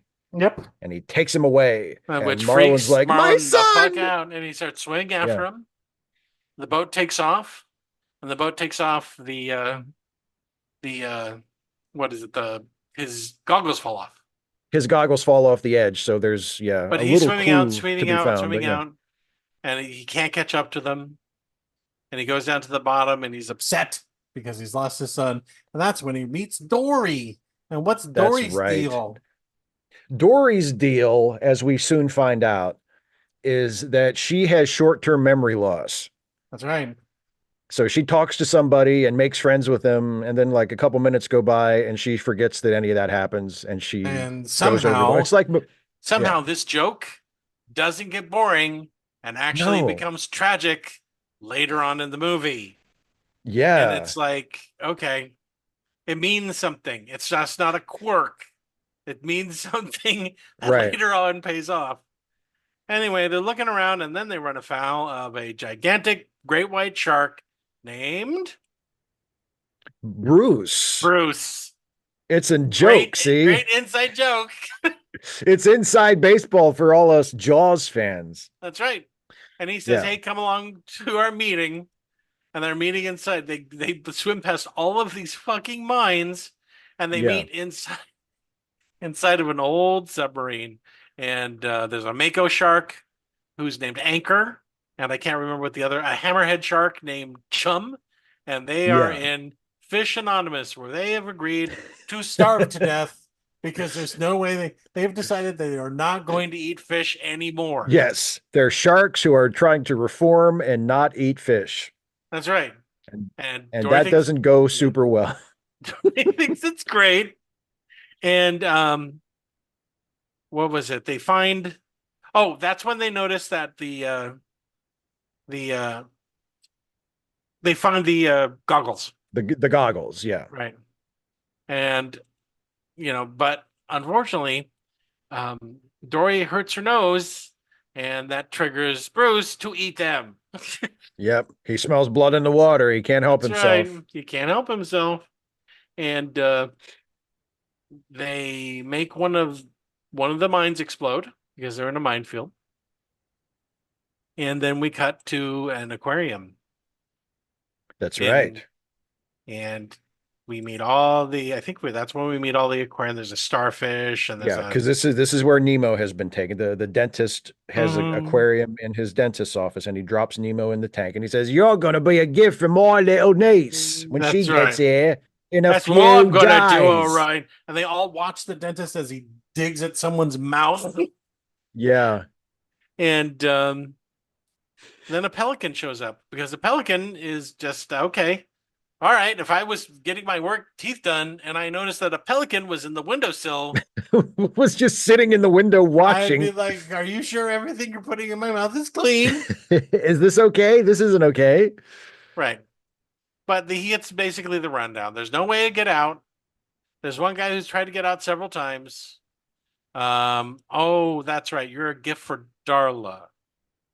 Yeah. And there's a picture of Darla with holding all this a goldfish in a bag. Holding a goldfish, and the goldfish is fucking dead. The goldfish is dead, and they make no bones about it. This is to be Nemo's fate. That's right. The little girl is going to shake your bag until you're goddamn dead. You're going to die. That's what's going to happen to you. Nemo panics and he gets stuck in the tube.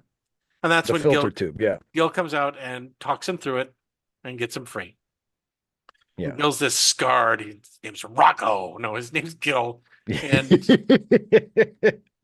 so now he's like the leader of the group, and he's tough but compassionate. Cut back to Gil and Dory, and they're trying to get they're trying to figure out what the dentist has written his name and address onto the goggles, and they're trying to on an elementary school student's underwear. He's got his name and his address. Turns out Dory knows how to read it. Yes. But first, they nearly get eaten by a deep water fish because they go deep for some reason.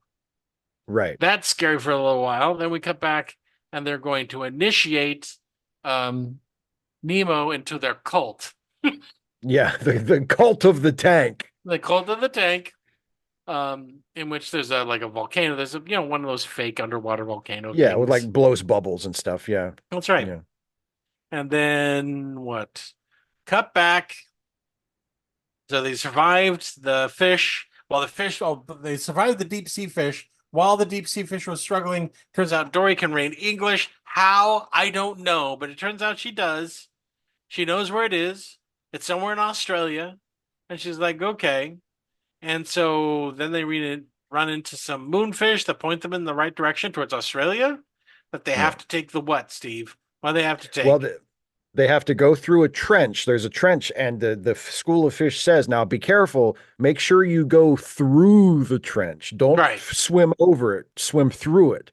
But Marlin doesn't hear that part. Only Dory hears that part. So Marlin gets up to the trench, and he's like, okay, this is a big, scary trench with a bunch of fish skeletons in it, so we're definitely going to swim over this.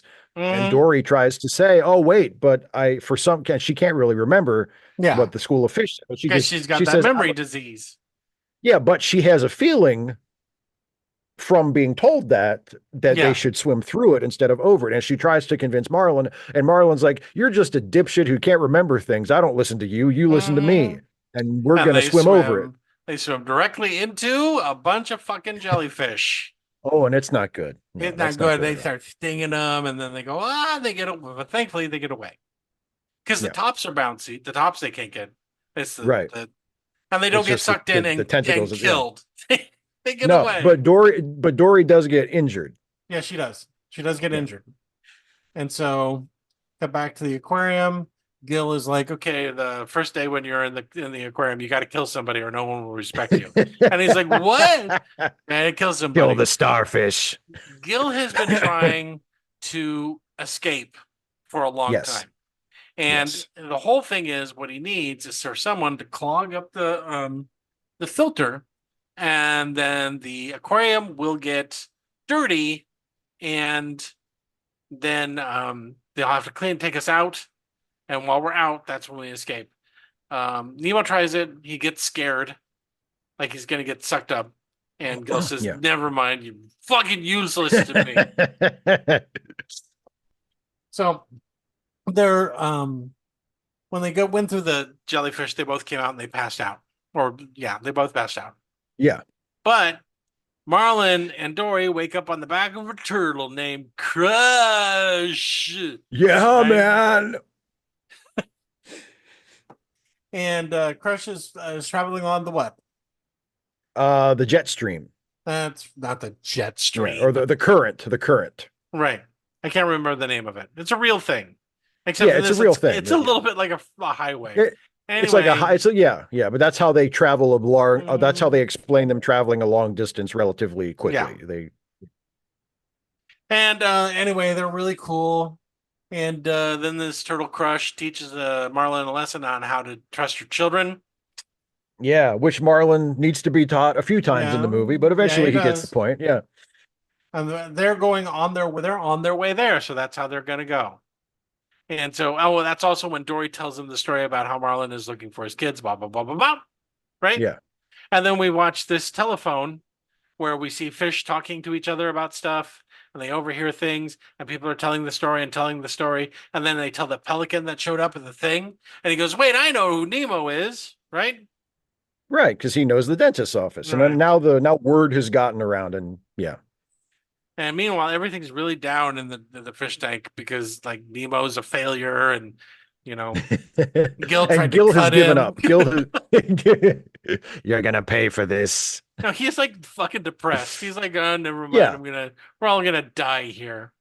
And so Yeah. then the pelican comes We're in. all gonna die, not as quickly as Nemo, but we're all gonna die. The pelican comes in and says, "Your dad's coming for you." And Nemo's like, "What?" And he's like, "Yeah, everyone's talking about not my dad. My dad's a fucking coward." He's like, probably no. back up the reef, pissing his pants. Crying over my dead mom. What a loser. I hate him. Well, what that inspires Nemo to do the thing with the rock to jam up the thing Yes. to make the tank dirty. Meanwhile, Crash takes him on to the really fast part of the whatever it's called. I don't know. Not the Gulf Stream. Whatever it is. The super fast part of the ocean. The super fast part of the ocean. And they get off at a certain point and they're like, bye. And then they get eaten by a whale. As always happens. As always happens. Because Dory says, I can speak whale. Yeah, which just basically means talking really slow. Right. And while they're inside, so they get swallowed up by the whale. Meanwhile, back at the dentist's office, somehow the entire aquarium has turned to shit in like 3 seconds. It's like everything is covered with algae. And the fish are all fine, by the way. Well, not the one that realizes that they're swimming around in their own shit. He realizes, you realize that we're swimming around in our own shit and piss at this moment. But all the others are like, no, he's gonna clean everything, and that's when we get a chance to get out. Meanwhile, back at this is impossible. Inside the whale's mouth, Dory has told the whale to let him off at a certain point, and so the water in the mouth drains away, and he's like, he's eating us. And she's like, no, no, this is supposed to happen. Yeah, it's supposed to happen. And he calls her Nemo by accident. You think you can do these things, but you just can't, Nemo. Right. And that's when he realizes shit. And she lets go, he lets go, and then they get blown out of his blowhole, which is not connected to his digestive tract. Just go with it. Thank you, marine biology. Anyway, so... And that's when you stormed out of the theater when you saw this movie for the first time. Fuck this movie and fuck everyone who watched it. Angrily swearing up the aisle like Cary Grant seeing 2001: A Space Odyssey. Mm-hmm. Meanwhile, they are in the harbor and they nearly get eaten by a whole bunch of seagulls. Yes. But our friendly pelican dude grabs them and takes them up. Meanwhile, he's bagging up all the fish. And the plan is, okay, if you act dead, he's going to drop you in the toilet and all drains lead to the ocean, right? And the reason why Nemo's in a bag is because Darla, his fucking monster of a child niece, she has arrived, to get her fish. So Nemo is acting dead. He winks to the guys in the tank, and they're like, he's going to do it. He's going to go. But then what happened? Darla... No, I can't remember. The pelican comes in. Oh, the pelican comes in and says that, your dad is here. We've got Nemo. They can't talk. There's chaos in the dentist. And, they're in the pelican's mouth. And Marlin sees Nemo dead in a bag. And he thinks he's dead. Yeah. And he thinks he's dead. And, he flies him back off to the bay after he gets shushed out of the dentist's office. And he's like, I'm so sorry. And he's like, okay. Because what happens is then the bag pops and him and Gil is like, go kid, you can do it. And he gets knocked out the window into the ocean because the aquarium bag. And no, that's what he does. Doesn't Gil? Oh no, he goes down the drain. Nemo, he goes down the Does he go down the drain? The spit. Nemo goes down the drain because remember he ends up in the pipe. Yeah. He ends up in the pipe.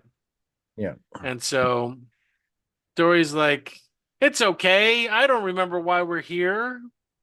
And Marlon's like, I just want to be left alone. I hope we get eaten by a shark. Fuck off. And this is the poignant part where Dory's like, I know I don't remember things, but when I'm around you, I feel like I'm home. Yeah. And Gil's like, I don't care anymore. Yeah, I just want to go home. I just want to go home. I just want to forget about this. But Dory runs into who pops out of the sewer thing? Nemo. Miraculously, he has survived swimming in sewage, and he pops out in a burst of memory. She remembers Nemo because at first she doesn't recognize him because she doesn't remember what they're doing, and then they're going to go back to go get Marlin, right? Yeah, and unfortunately, dirty fishermen, the worst fishermen in the world, who are just doing their fucking job.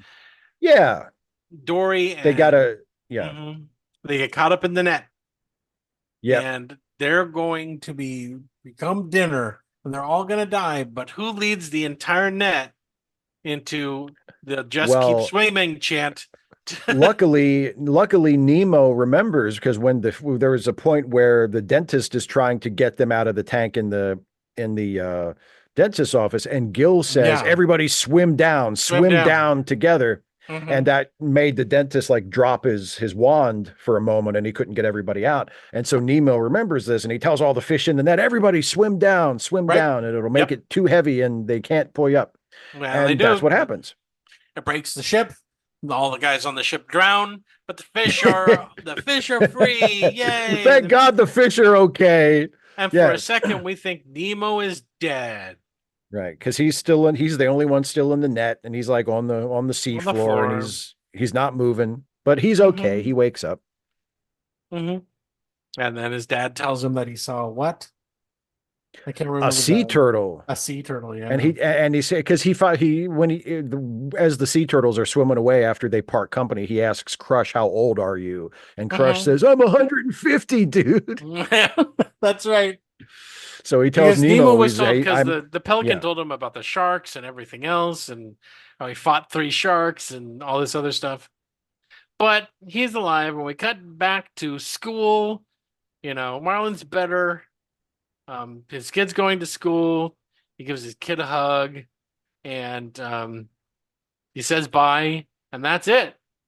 That's the end of the movie. Mm-hmm, except for we cut to the aquarium. It's kind of like a mid-credit scene. Yeah, it's not even a mid-credit scene. It's the end, and then we cut to that. I think they have a dedication to Glenn McQueen, who had passed away, and then we cut to them in the harbor in their bags, not trying to figure out how the fuck they're going to get out of the bags. How do we get out of it? What now? Mm-hmm. Yeah.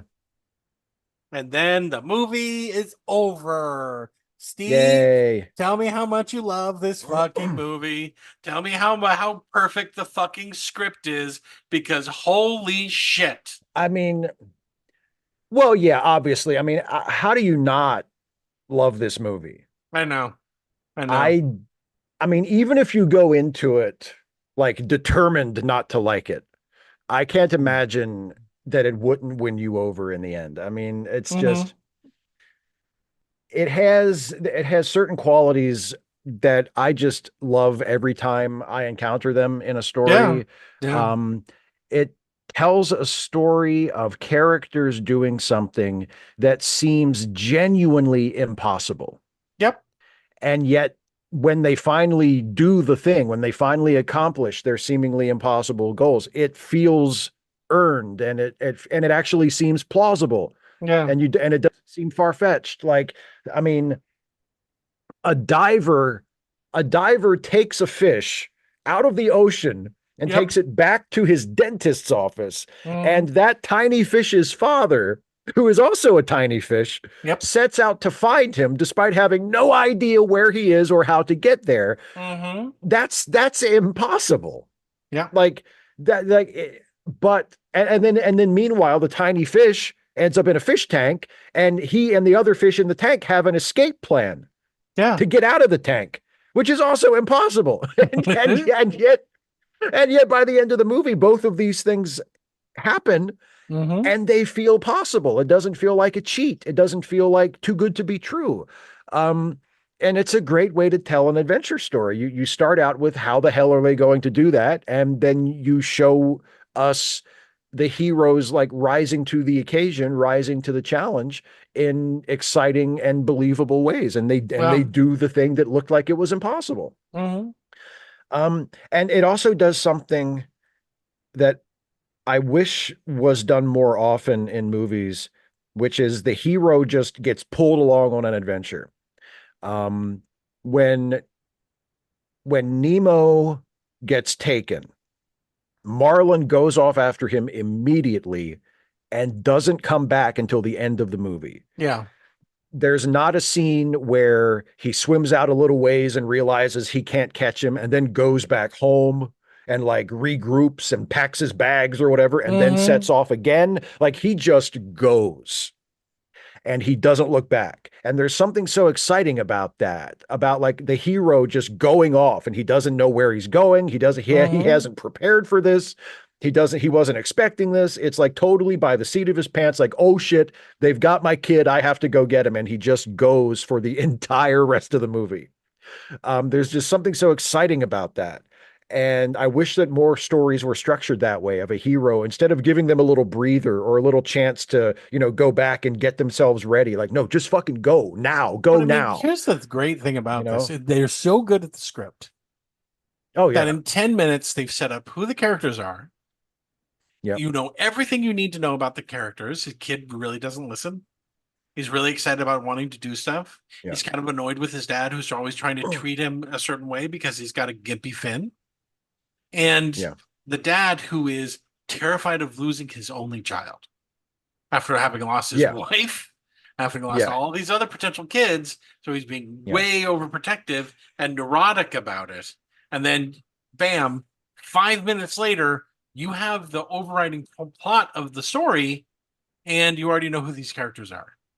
And it's simple, and it's something that anybody can understand. Yeah. On an emotional level. Yeah. Like you get it intuitively. It's like it's as basic as it can be. It's a parent going after their child. And from the other side, the child trying to get back to that parent. Like it's primal, like it's as basic as storytelling gets. Yep. And Marlin is overprotective. And we know that he is wrong for that, but it's also understandable on a psychological level. Like you get it. Like of course he's overprotective of Nemo after what we saw happened in the opening scene. Like you understand it, even though you know that part of his growth is going to have to be getting over that. It makes him wrong, but it doesn't make him bad as a character.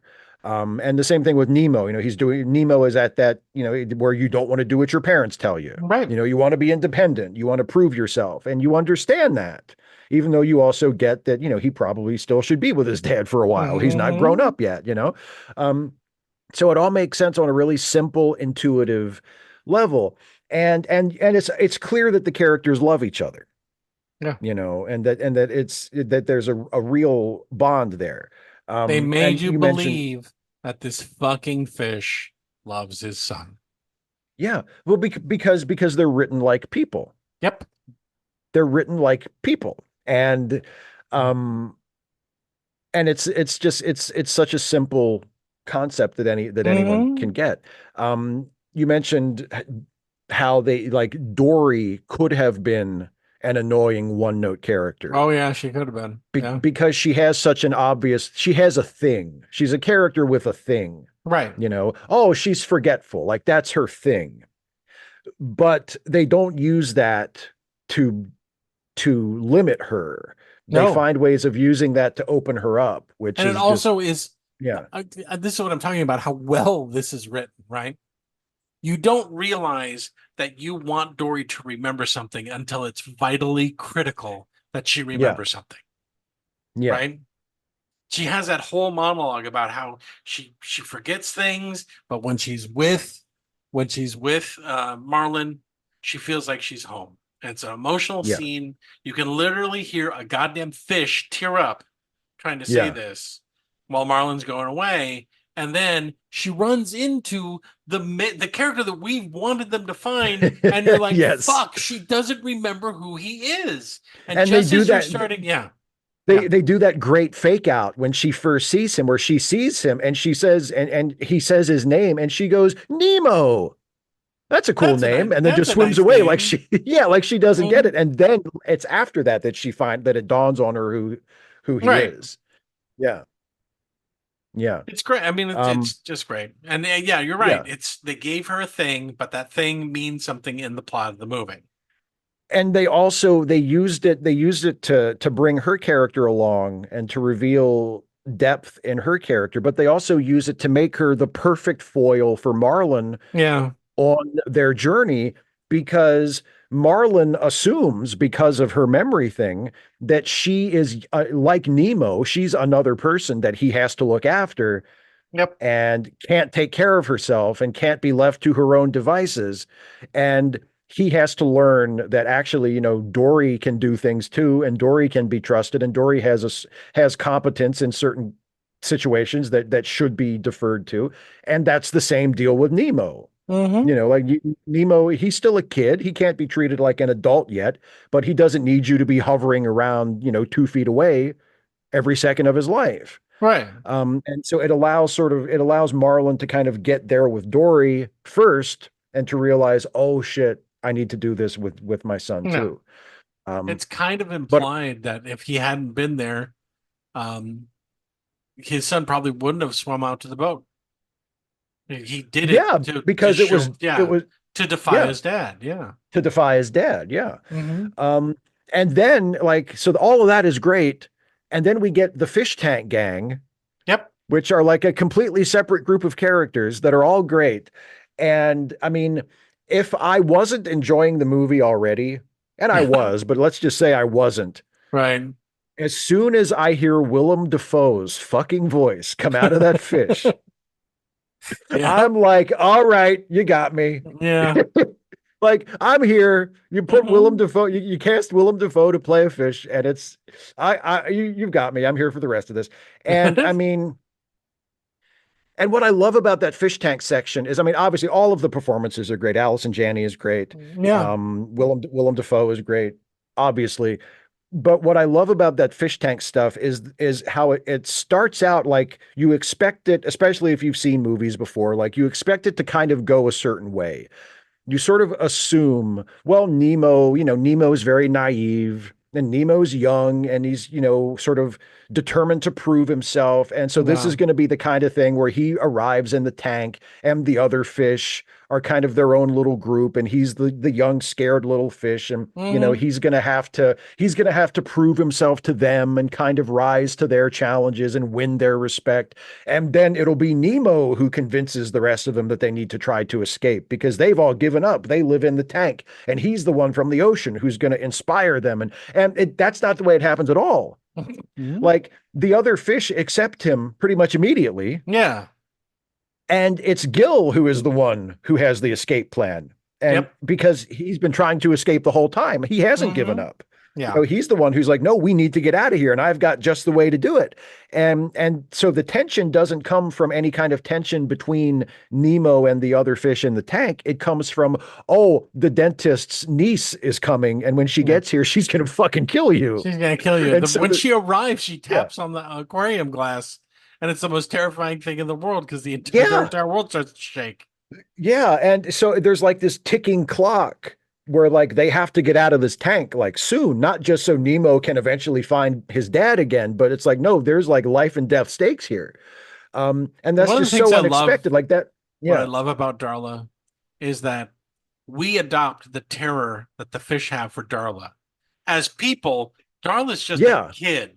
She's just a kid. Yeah, she's not evil. She's just a bratty little kid, like a billion other people. Yeah, and people should stop giving her fish. Yes, exactly. But yeah, so other than all of that, I mean, the other thing about the movie is that it's just beautiful. Yeah, it's so gorgeous. Still, yeah. Beautiful. Oh yeah, it holds up. It's one of the most beautiful and visually evocative computer animated films ever made. Like, I mean, Pixar has done some really, really great stuff. Oh Pixar yeah, has done some, I mean, even just on purely on the visual level, like Pixar has made some beautiful looking movies. they have. This might be my favorite of all of them. It is so gorgeous. The Hmm. underwater scenes are so beautiful.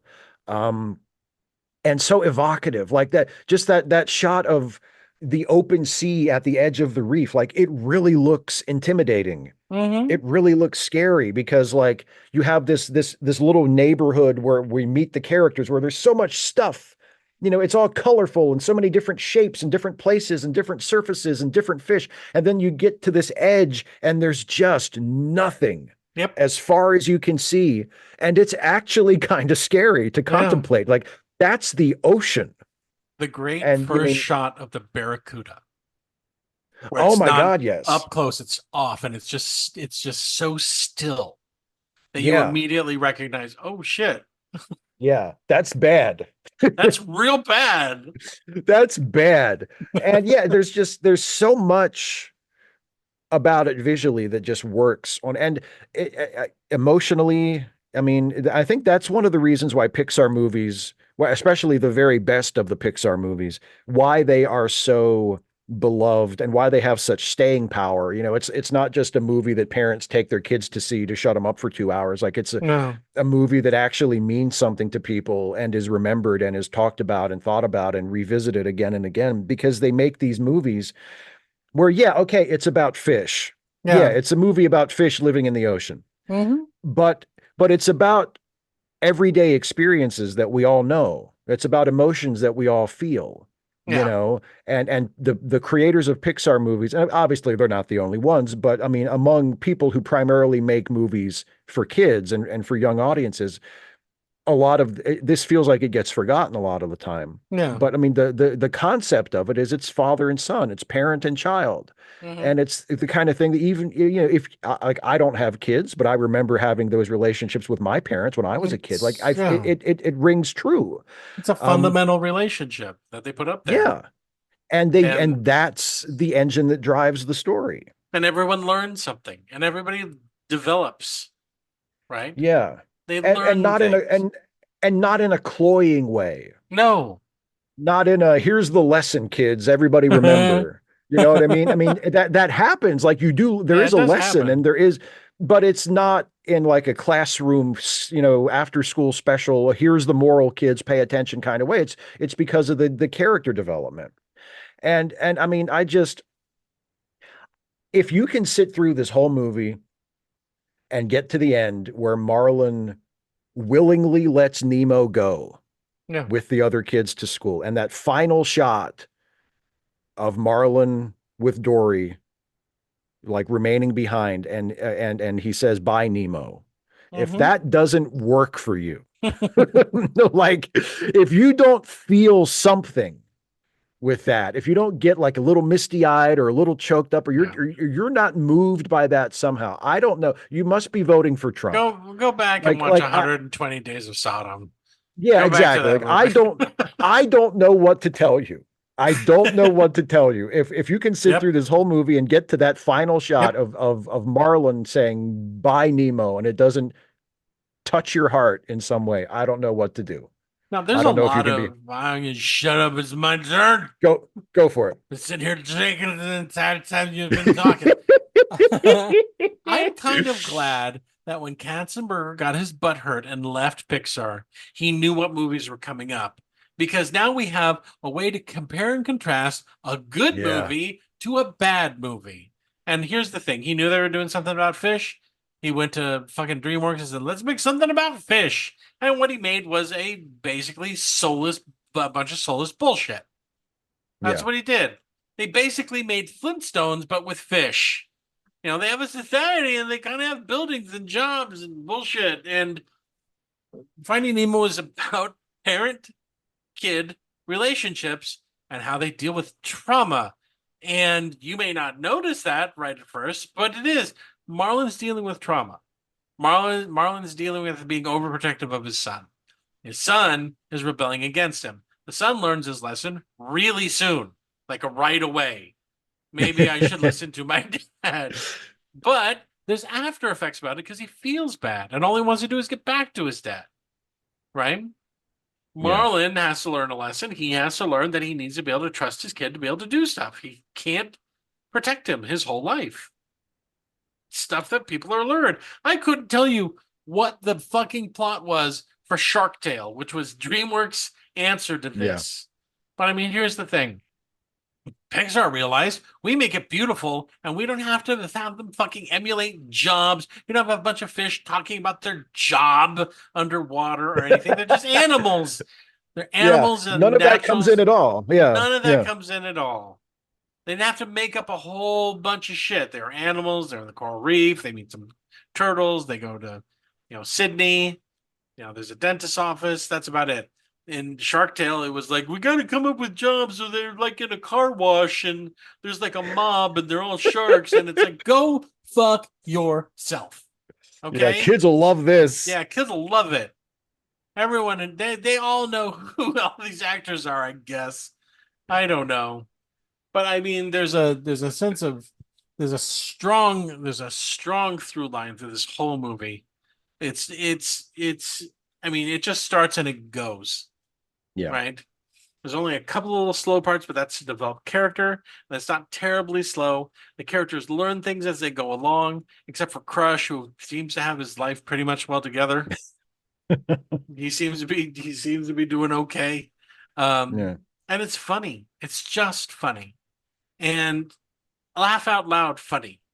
And there are still things that I'm finding about it that are still funny. The vocal casting is perfect. Yeah, I can't picture anyone else playing these characters. I'm sure they probably tested some people to play them, but they're all perfect. Thank God they got Australian people to play Australian characters. That's what I mean. All the sharks are Australian, and the dentist is Australian. And I was like, okay, yeah, that's great. Because God help us if they got, like DreamWorks, casted American people and then have them do wacky Australian accents. Yeah. It's like, no. There are Australian actors who talk like this already. Just cast them. And we got this jewel. We got this perfect movie. This perfect little movie. And I enjoyed every single time I saw it. I saw it when the kids were really young. And I was glad that there was a movie like that where the kids were really young. And I think that's something that Pixar is kind of missing out on right now. Their movies, when they started, were simple concepts done well. Monsters in a closet. Toys come to life. Fish talk. It's kind of like, oh, look, superheroes. Things like that. And one movie from that period that I don't like is Cars, because I thought it was weird. It's a weird concept, Steve. Cars is weird. Are there people or aren't there? There are no people in the Cars world. It's a weird world where cars populate everything. Where do these cars come from? Who's building these cars? Oh, they have eyes. Why didn't they make their eyes where their headlamps are? That's where the eyes are on a car. Yeah. Not on the windshield. If there's no people in this world, why do they have handles on their doors? Why? Who is opening?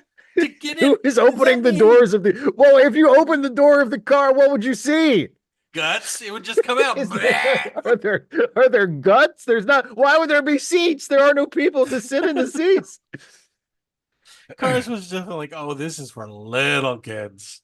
Yeah, this is for really little kids. I didn't. Then you got Up, that makes me cry like a fucking baby every single time. Up was the other where they were like, you thought the opening to Finding Nemo was sad. You motherfuckers, just watch. We're gonna kill you. We're gonna try to kill you in the first 5 minutes of this movie. But Nemo doesn't get. Here's the thing: you have tears of joy at the end of Nemo. Everyone gets stuff together. You're so happy, yay! I didn't really cry when Coral died. I didn't know her. Now, if they had done a montage of the two of them getting ready and all their, and then it happened like they did with Up. You people, I swear. Up shifted it While into another gear. While they were making it, they knew exactly what they were doing. This will kill our audience. 10 minutes in, they're not, boy, oh boy. And bless them for doing it. I love a filmmaker that's willing to absolutely emotionally murder their audience. That's what they did. They did a couple of things like when Dory legitimately is begging Marlin to stay. Yeah. That's actually a really well done scene. Oh, it's beautiful. Much as I dislike Ellen DeGeneres right now, that's a really great scene from a goofy character from a goofy children's movie. Yeah. Where they took a beat and they were like, no, Marlon's sad. His kid's dead. He's abandoning you. Bye. Yeah. Well, because the thing, like, kids get that. Yep. Like, because again, it's a simple emotion. Like, kids old enough to see this movie will get that. And when the movie ends and everybody's happy, the kids will be okay. Like, it's okay to make a kids movie where the kids have things happen in it that will make the kids watching it sad. That's okay. They can take that. Yeah. And then when they get to the happy ending, it'll be better because they've been through something with these characters. It's not like when the barracuda eats the eggs. We cut to a shot of the barracuda eating the eggs and then killing the mom and then screaming fuck and we don't need Daddy? that. We don't need the Zack Snyder cut. Half-formed fish from cracked open eggs trying to swim away. Exactly. We don't need that. Got the Marlin's gaping face. Woo! And it's just like screaming and like a silent scream. Yeah. But I mean, it's one of those films. It's just great. It's just great. Yeah. And that's it. Hey, Steve. Hey, Steve. Sir. Hey, Steve. Hey, Steve Marino. Hey, now it's time for us to not recommend something. Do you have something to not recommend? I do. I did not take the easy way out and say Shark Tale, although I could have said that, but I not. But it wasn't. That. Yeah. Okay. Yeah, you could have. You should have. Yeah. Well, I mean, hey, if it doesn't go without saying, Shark Tale is the shits, and you don't need to watch that after. We got to make sure these fish look like the actors who are playing them. What? Okay. What are you talking about? We want the fish to actually look like him. Why? Because we're hacks. We're all hacks. Because why not take full advantage of the limitless potential of animation? And instead of making something beautiful, we're making this bullshit. Yeah. So I am recommending another computer animated movie that came out, I think, 2 years after Finding Nemo, that has become somewhat infamous as just an absolute pile of shit. And it's in the United States, it's known as Dougal. Oh my God. In France and the UK, it's known as the Magic Roundabout. But here in the US, it was released as Dougal. And it's about a dog who pisses off a wizard, who then has to go on a quest to save his village. It's one of the most infamously awful films of the last quarter century, at least. Why? And it's so bad that I decided to return to my gimmick of reading you quotes from the Rotten Tomatoes page for Dougal. So here's the first one from Pam Grady at real.com. Dougal is definitely a dog. Oh, here's one that was lazy. You got paid to do that? I know. Here's one from Steve Davis, Austin Chronicle, a wretched experience from start to finish. That's not going to look very good on the video box, is it? No, but I think it would be great if someone actually did it. It would be great. From Ken Hankey of Mountain Express. This isn't dumbing down. Hankey. Howdy ho! Stop it. This isn't dumbing down. This is full-scale lobotomy. And finally, from Nathan Rabin of the AV Club, a writer I have read for many years. Hungering for more references to the Was Up commercials, Dr. Phil, Bling Bling, The Lord of the Rings, MC Hammer, or The Matrix? Don't worry, Dougal contains nods to all of these. So if you're looking for an animated kids movie that relentlessly references Dr. Phil and the old Was Up beer commercials. Now, because Steve had to read the 1-star reviews. Oh, yeah. Oh, yes. I have to read the 5-star reviews. Oh, boy. I can't wait to hear some of these. God. Someone wrote a fucking novel. The Magic Roundabout is a 2005 animated film based on the popular British television series of the same name. Directed by Dave Borthwick and Gene Duvall, the film features an all-star fuck you, fuck off, fuck it. I'll read some other. I don't know what this would mean. It's a 1-star review, but I'm reading it. No, it Okay. smells like dead meat that can die. I don't know what that means. What? That's what it says. Maybe Okay. I'll agree with it. 5 stars. I really like the bit where they say not to cry over spilt milk. That's the total review. Congratulations. Why are your parents letting you use the computer? That's worth 5 stars, apparently. With the epic plot line, the likable characters, and the charm of the original show, this 2005 animated film of the Magic Road Roundabout is a memorable adventure for everyone of all ages. 5 stars. No name, coward. So that's an old person who remembers the original show from like the 70s. Yeah. Mm-hmm. The other reviews are the complete opposite of this movie.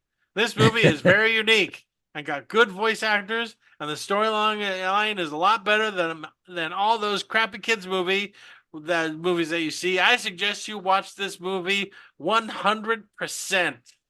Yeah, 100%. Okay. So here's a 5-star. Ready? Yeah. Blue Man beat Red Boy at Steer. Then Canulchals, the head hood, hitted the Blue Man. Grupo number sign 4, 10, more than 10. Oh my God. I won Sequi. Wow. So a 3-year-old started banging on the keyboard. That's the best positive review I've ever read. A cat walking across a keyboard says 5 stars. Oh my God. And then they all dry up. Oh, there we go. Amazing. Simply amazing. Beautiful fun for the whole family. Someone who's never seen a movie. Here's one that'll resonate with children. Lovable. Droll. Because kids love droll. Yes, kids love droll humor. Yes. The Magic Roundabout is incredibly generic, but it features a stellar cast, and the visuals are first rate. So I see where you place all of your importances on stellar cast and visuals, but not on the plot. I feel like if you can describe it honestly as incredibly generic, it shouldn't get that 5-star rating. That sounds like a flaw in the film. 3-star rating. My little one enjoyed it. Well, great for your little one. How old was your little one? My 6-month-old didn't cry for most of it. I didn't. Okay. 2 stars. Sorry, I didn't like this either. Why? Who are you apologizing to? Don't apologize. Ugh. And then the rest of them are garbage because this only has a 54% on Rotten Tomatoes for audience score. Yeah, the critic score is like 9 or something, isn't it? It's like ridiculously low. Yeah. As you guys know, I like to not recommend a movie from the same year, the movie that we just reviewed, and it's 2003. And what else could I pick than a sequel called Spy Kids 3D? Game over. You fucking liars, you lied. There's still, I think, 2 more. They kept making them. They kept making them. This one had Sylvester Stallone stuck in a green screen, screaming at us forever, along with these 2 stupid kids, Junie and Bongo, or whatever the kids' names are. I don't know. What's the kids' names? It's Junie, Junie and Bongo, Junie and Funie. I can't remember. I can't remember. They're strapping down her boobs because she's a teenager at this point. Oh, that's right. They're still there. Yeah, the March of Time. It's like, take these drugs, stop developing. We need at least 3 more movies out of you. We gotta squeeze 1 more of these movies out of you. What's the movie about? Who fucking cares? It's noise and colors, and you just sit your kid in front of it. They stare at it with their mouth agape. I'm sure it's one of Steve's favorites, since he loved the original. How dare you? You come in and sideswipe me out of nowhere. That's right, Steve. Anyway, Spy Kids 3D. It's in 3D. Terrible, awful 3D. It's all shot on green screen. And it's just, don't. Steve? What time is it, Steve? I believe it's time for me to make a terrible choice. Damn, I was hoping it was time for my medicine. I just talked about Spy Kids again. Oh. It's bad for my blood pressure. I told you this. By medicine, I mean liquor. Daddy's medicine. And by liquor, I mean heroin. Hey, Steve, now's the time where you get to choose Hey, the next movie that we're going to review. Steve doesn't know what these 3 movies are, but he's got to pick A, B, or C, and I'm going to give you... Let me try that again. I'm going to give you a hint as to what relates all these 3 movies together. Okay. He's one of our favorite directors. Oh, boy. And no, it's not Stanley fucking Kubrick. Oh, no, because you said our. He is one of the most unique American directors ever. Oh. And Okay. I personally cannot think of a single movie that he's made that I don't like. Okay. One of them, getting kind of close, just a little, but he's always interesting. And you sure as hell can hear him when he talks. I believe I know who you're talking about. Yeah, I figured that last one was a dead giveaway. I thought I had it before that last one. Now I'm pretty sure. Yeah. Okay, so now it's time for you to choose A, B, or C. Steve? I'm going to say A. You made me so happy. Oh, good. I picked the right one. Had you chosen B, I would have just been just as happy. We would have watched Wild at Heart. Okay. Yeah. My favorite Nick Cage movie, I think. Mm-hmm. It may be actually my favorite Nick Cage movie. Yeah. Had you chosen C, we would have watched Straight Story. One of those films that he just made out of the blue. That's definitely a movie by him. But boy, oh boy, there's no blood. There's no weirdos jumping around and putting roaches on their peepees. There's nothing. There's nothing There's nothing upsetting, even though he could have done something really upsetting with the suggested fire in the house. But it is still one of my favorite movies. And boy, oh boy, you know, he does, what's his name? The guy who's the main character in the movie. I can't remember his name now. Richard Farnsworth. Richard Farnsworth is so goddamn good in that movie. Yeah. Especially at the end when he calls for his brother. I'm just like, oh boy. Yeah. Anyway, but you chose a movie that we've been threatening to review for a very, very long time. And that movie is Blue Velvet. Yeah, baby. Yay, Blue Velvet. By who, Steve?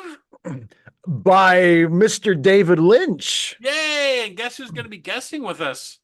Because I told him he could, because this is his all-time favorite director. He got mad at me when I didn't let him sit in for Dune. He got mad at me when I didn't let him sit in when we did Mulholland Drive. That's right. We did do, we've done a couple of Lynches, yeah. I've known that this is his favorite director for a very long time. Atticus is going to be joining us for the review. Yay! That's going to be awesome. That's going to be a lot of fun. So, if you guys want to get all the jokes, then please watch Blue Velvet. If you've never seen it before, brace yourself. Brace yourself for Drew, because oh boy. Dennis Hopper shows up to work. Okay? Oh yeah, Dennis Hopper shows up and he erases his entire career with this performance. He's like, I have an idea for this, and I'm gonna do this point forward. When you watch Super Mario Brothers, you're like, is that Frank? What is he doing here? All these people are fucked if that's Frank. Exactly. He's gonna be Frank and every other. If you've never seen this movie, he's gonna be Frank in everything. Forever. Even if you watch his movies before he made this movie, he's gonna be Frank. Oh yeah. You see him in Apocalypse Now, and you're like, oh shit, it's Frank. Oh my what's god, Frank doing there? The Vietnam War just got even worse. They're all fucking dead. Frank's gonna fuck all these people up. Oh my god! Send all of them love letters. So if you want to get all the jokes, then please tune into the next one. It's going to be me, Stephen Atticus, reviewing Blue Velvet. And that's it. Thanks everybody for listening in. For Late Seating, this is Jason Harding, and go see a movie this week. And this is Steve Shives. Oh, would you just shut up? You're rats with wings. What? I'm not. I don't even have wings. I'm not talking to you. Rats are sweet. They're nice creatures. I'm talking to the audience. I'm talking to the audience. The audience are rats with wings? Not Wait, you. are You're you my okay? you're my best friend. I I'm would your best never. friend, and we love each other. Why are you insulting Yeah. the audience, calling them rats with wings? Why are you doing that? Well, see, I had I wanted to quote that line from the movie because it's part of my shtick, right? And I Right. didn't want to direct it at you because I would never say Okay. such terrible thing Because you about hurt you. my But so feelings and I'd kill you. I'd yeah, find you and and I I'd kill didn't want you. to. Yeah, and I didn't want any of those things to happen in any order. And so That one I time that you directed it said at my the hair was audience. funny, you took it back just in the nick of time as I was getting off my plane in Maryland. You called me on the cell phone and said, "You do know I was just joking. I think you have lovely hair." And I went, "Thank you." And And then then you I turned around and went right home. and then I dug the knife even tighter to the stewardess and said, "Fly me home now." I love that you didn't like buy a ticket. I You know abducted a stewardess. Like, I abducted fly the me to whole Maryland plane. now. We're going back to California. You you hijacked a plane. You DB Coopered yourself all the way across the country. That's right. We're supposed to be going to Orlando. Fuck you. We're going to Maryland. Why? I have someone to kill. What's in Oh, Maryland? Why would anyone go to Maryland? what's in Maryland? Here, listen to Ooh, we this. have a bay. He Big said this on deal. something that I give to the public. Well, it's just about your hair. You're gonna die next. Shut up. What's the movie? What movie are we watching? Oh God, no. I've never had good luck with movies on airplanes. You've never seen a good in-flight movie? You've never been on an airplane, so you don't know what I've I'm never talking seen an about. in-flight movie, so no, I've never actually You've never watched a been movie in on an flight airplane. anywhere. No. I think I've it would be jumped so pretty funny. high. I think it would be so funny if you get on a plane and you just freak the fuck out. You're like, this isn't right. This is too small. We're gonna die. I can't stop thinking that there's 20,000 feet of nothing below my feet. What's keeping it up? What's keeping it up? You do a full Shatner from Twilight Zone or Oh, John man. Lithgow from Twilight Zone. I know I had a breakdown. I know it was on an airplane. I know it seems like the same thing is happening now, but it's not. How come you always look like you're about to barf whenever you do Shatner? Because Shatner looks like he's about to barf when he's. Oh, okay, there you go. Oh Bye. my God. Bye, everybody. Bye, everybody.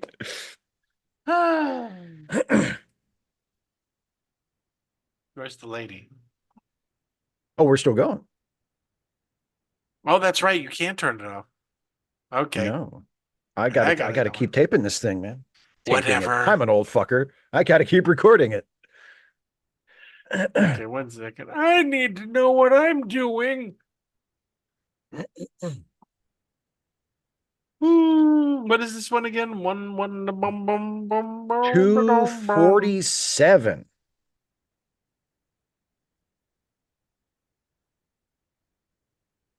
Fine.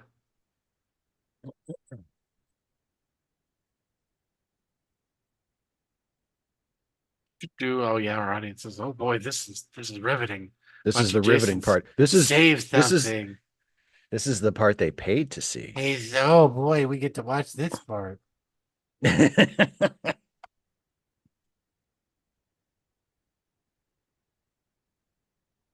Okay. So I gotta ask you a question. Yes. Someone mentioned this, and my big thing with AI is going to turn out is just going to be one fucking pervert covered with children pressing a button, making movies that go directly to streaming. Or they're going to say, here's our box of shit. Make your own movies. Fuck you. The entertainment. If it's bad, it's your fault. Fuck off. I'm like, but wait a minute. I like to hear other people. Fuck other people. Fuck other things. Fuck everybody. We just want money. Make your own goddamn pornos and jerk off to it. Yeah. And there's going to be like clauses, like, hey, we have the rights to Angelina Jolie. All of the rights. Oh, sure. It's going to be. Yeah. Do you have rights to everything? No, there's a limitation on how you can use her in your fucking jerk off movies. Sorry. I was like, okay. At least as long as she's alive. Well, those are the rights would pass down to the children. Oh, that's she's true. got 90 million of them. She's got quite a few. But someone, I can't remember who, thought, what'll happen is movies will become interactive. And I couldn't think of anything worse in my entire fucking life than an interactive movie. Me neither. And what that basically means is, well, that's when they stop and you make the decisions. Make the decisions for what? What happens in the story? It's like, oh, so it's like a choose your own adventure, but with movies instead of books. Kind of like Bandersnatch was. Remember Bandersnatch? Yeah, on Netflix, yeah. And that wasn't bad. It was interesting. You make different decisions and you do stuff. It was kind of weird to watch the timer go down while two people stared at each other, but Yeah. But I mean, the idea that they would build that, bake it into a movie, right?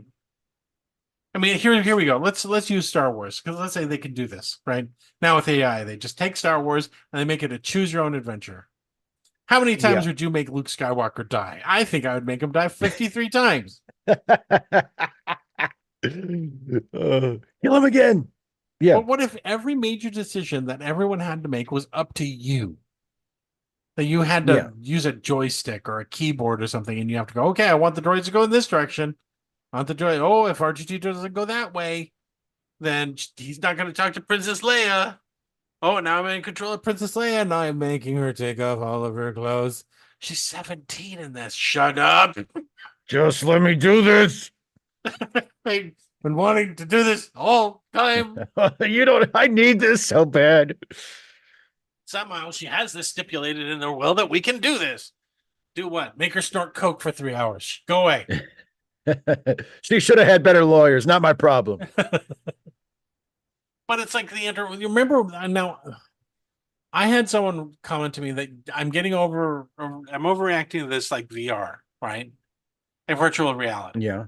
Yeah. That, oh no, everyone will do things by putting, thing on your face. And I said, but I never heard anyone saying that that's where our entertainment is coming. That's where our dramas and comedies, that's just going to be video game bullshit. But they could also do that too, couldn't they? They just, do a surround where they all of a sudden you're dropped into a movie. What if you're a main character in a movie? What if they make you a main character in a movie and you have to do certain things? What I'm talking about is the gamification of entertainment. Yeah. Well, I mean, you put on the headset, and all of a sudden you're in Aliens, right? Yeah. I mean, I think the point that a lot of people miss is that video games and traditional narrative films or TV shows or whatever format it is, they're fundamentally different things. They use a lot of the same tools, especially, more recent video games that lean more cinematic and try to tell more complex stories and not just be, push button, like they use they borrow from the same toolkit, but they're fundamentally different things. A game is an interactive thing, and a game can still tell a story, and a game can still elicit an emotional response from the player, just like a film can. You never played it, but I mean, The Last of Us ending is emotionally impactful. And it's one of those, and I really appreciate what they did in the second one, where they went, okay, we're going to make you feel weird now, because now we just had this main character kill Joel, the character that you were, rooting for in the last movie, and now you get to have to play the character who killed him. Yeah. And you're like, oh, that's gutsy. And a lot of people rebelled. They went, no, I love Joel. Don't make me play this. And it's like, but that was the point. That was the point of it. They were trying to make a dramatic point. And that's an example of the kind of, I mean, it's still different from a movie. Yeah. But it's the sort of thing, like it's counterintuitive, but when you watch a movie or you read a book or you watch a TV show or you experience a story that was written by somebody else, even though it is a story written by somebody else, and where somebody else made all of the creative decisions and somebody else shaped this narrative and then gave it to you, and you're just supposed to read it or watch it or whatever, even though you had nothing to do with it. If it's a good story, if it's a well-told story, it tells you something about yourself. Right. Even though you had nothing to do with it other than watching it or reading it. And that's part of the magic of storytelling, is that you can be shown something that was the product of another person's imagination or another person's mind, another person's choices, and it reveals yourself to you. I mean, we just talked about Finding Nemo in the main show. Like, Finding Nemo is a great example of that. If Finding Nemo was an interactive thing where you made the narrative choices instead of the writers and the director of that movie, I'm not saying it automatically would be bad. It might be a lot of fun. It might be a good experience. It might be a good game, but it wouldn't be Finding Nemo. It wouldn't be what we have. Part of the power of narrative is you allow another person to tell you their story, but if it's good, it relates to you. Yeah. And you can get that in a game, like you were just describing The Last of Us. Like, if the maker of the game shapes the narrative in such a way that it limits your choices, so it's not so much that you have the freedom to drive the narrative, it's more like the game is sort of putting you in a position and saying, now you have to do this. Yeah. And how does this make you feel? And what does this make you think? You know, that's a different way of approaching it that I think is just, it sounds more interesting to me because it sounds more like a more conventional film narrative or book narrative. But the idea of, well, it'll be more, I mean, it just, when you put all of the agency as to where the story goes into the hands of the audience instead of the storyteller, it loses its power as a story to me. And then it becomes, well, what do you want to happen? You know, and it's not, and you're not, you know, getting any insight into another person's thinking. You're not getting to know characters that exist outside of you, because that's another thing. When you watch a movie that somebody else has made, you're meeting characters, and these characters exist outside of you.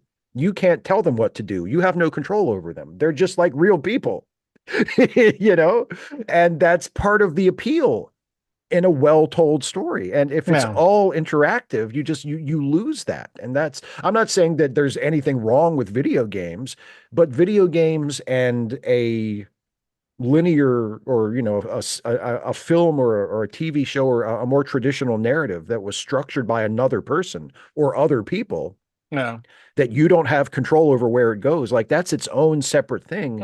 And there's a power in that when it's done well that you can't get from something else. See, what I was gently leading you to the hand is the holodeck is bullshit. Well, it's never gonna replace movies or TV shows. But I mean, if you look at how the holodeck is supposedly used by people, they use it to recreate a vacation spot. Yeah. But how does Picard use it? He recreates a book that he gets to put himself into. How does Geordi and Data use it? They recreate, Holmes and Watson.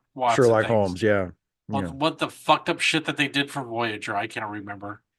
Oh yeah, Janeway was doing like a fucking Jane Eyre ripoff novel for a while. What about the Tom Paris did Flash Gordon ripoff? Yeah, Captain Proton, which was like Flash Gordon and Commando Cody. That's the gamification of movies. It's kind of implied that they don't make movies anymore in the future. But this is what they do. Yeah. They go into the fucking box that can kill them, and they pretend that they're in things. And I agree. There's, what I find so funny is that apparently they still value the written word, because there are writers. Jake becomes a writer. And you're right. Yeah. But apparently there's no value in making a film. It's always a holodeck program. And I mean, I'm trying to imagine, like, if there was a holodeck-like technology that exists where it was like completely immersive, completely realistic virtual reality, and they had like a Superman program where you could go into it and you could be a character in a Superman story. You could be Superman, or you could be whoever you want. Of course I would try it. Of course I would want to play it. I mean, that Yeah. sounds pretty cool, right? Yeah. But what does that mean I would never watch Christopher Reeve's Superman ever again? Yeah.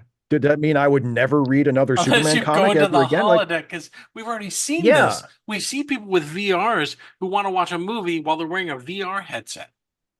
And it yeah, projects the movie inside of their little VR headset. yeah. It's like just watch the movie on your fucking television. What is wrong with you? Like, because it scratches different itches. If you Mhm. say I have this incredibly realistic Superman video game where you get to pretend that you're Superman, okay, let me try it. It sounds really cool. I'd probably have a good time if it's a good game. But does that mean Mhm. I'm never going to watch my favorite Superman movie ever again? No, of course not. Of course I'm going to want to watch it. If I go and play Sherlock Holmes on the holodeck, am I never going to read my favorite Sherlock Holmes stories ever again? No, of course I am, because they're different things. It gives me it feeds a different part of me, you know? Just imagine you want to play through your favorite Superman movie. Yeah, You I got want to I want to interact be with Kevin Spacey. I want to be Superman spying on Lois Lane from across the river with his X-ray vision. No, you know what I would do? I would just replace Kevin Spacey with Christopher Plummer. Oh, would you? Okay. Yeah. Why Christopher Plummer? What was it? Um Christopher Plummer replaced Spacey in the what he played, what was it, J. Paul Getty's, the movie about the Oh, kidnapping yeah, of yeah, J. Paul yeah. Getty's son. Yeah. Kevin Spacey played him, and then the scandal broke, and Ridley Scott was like, "No, fuck this," and he just reshot all of Kevin Spacey's scenes with Christopher Plummer. Oh no, someone dropped poison in my movie. Oh, why am I doing him like he's a 30s gangster? Oh Dear, no! someone dropped him in my spiffy little movie. I'm going to have to change him I love out. you. You're Ridley Scott. Hello, Oh yeah. my name is Ridley Scott, don't you know? I Yes, I I made directed Alien and so. such movies, Alien and Blade Runner and Gladiator. Hello. Oh yeah, exactly. Why not? Fuck it. I don't care. I don't care. Yeah, but no, it's they're different things. It's just like, I've never played The Last of Us, the video game, but I saw the TV series and thought it was Yeah. brilliant. Yeah. If I played the game, I'd probably enjoy the game just from talking about it with you and from hearing other people describe. Like I would probably Sure. enjoy it. But it doesn't mean that I would therefore have no use for the show. Like the Mhm. show is a brilliant piece of art on its own terms in its own way. Yeah. And just because the same basic story also exists as an interactive game, like one doesn't cancel the other out. But now they're they're talking about gamifying movies. Now you can be Luke Yeah. Skywalker. Now you can be the girl from fucking, what is it? The porno that never mind. I love What's how the name of the you get one step and then you're straight into, or you can do the porno one, I whatever. want to say chorus line, but I know that's the wrong name of it. It's not a porno. Oh, I don't know. What is it? Not Stargirl, not Dream Girls, Showgirl. Oh, Showgirls. Oh God, the game version of Showgirls. Wouldn't that be a great time? No, but you lose no matter what character you're playing. You lose the minute you turn it on. Every single character you play. Who do you root for in this one? Who's I the want- protagonist of I this want that to you be want the to see Japanese succeed? guy that's in it for 3.5 seconds. Can I play him, please? I want What to do you be have to Kyle do? McLaughlin. Oh, Kyle McLaughlin going, why couldn't Twin Peaks have run for 7 years? Why do I But have they're to do also this saying shit? things like you can make your family and all your family can be in it. Can you imagine your whole family is going to be in The Incredibles? And I'm like, great, until one kid punches the other kid and storms off the movie. And now you're just left Yeah. there with kids arguing and fighting. Who gets to play who? I don't want to play Jack Jack. I'm 5. I'm not a baby. And it's like, Well, yeah, I mean, there's a Star Trek game called Star Trek Bridge Crew sure, you've mentioned that it. that is an interactive game that you can play in VR, but they have also released like a 2D version of it.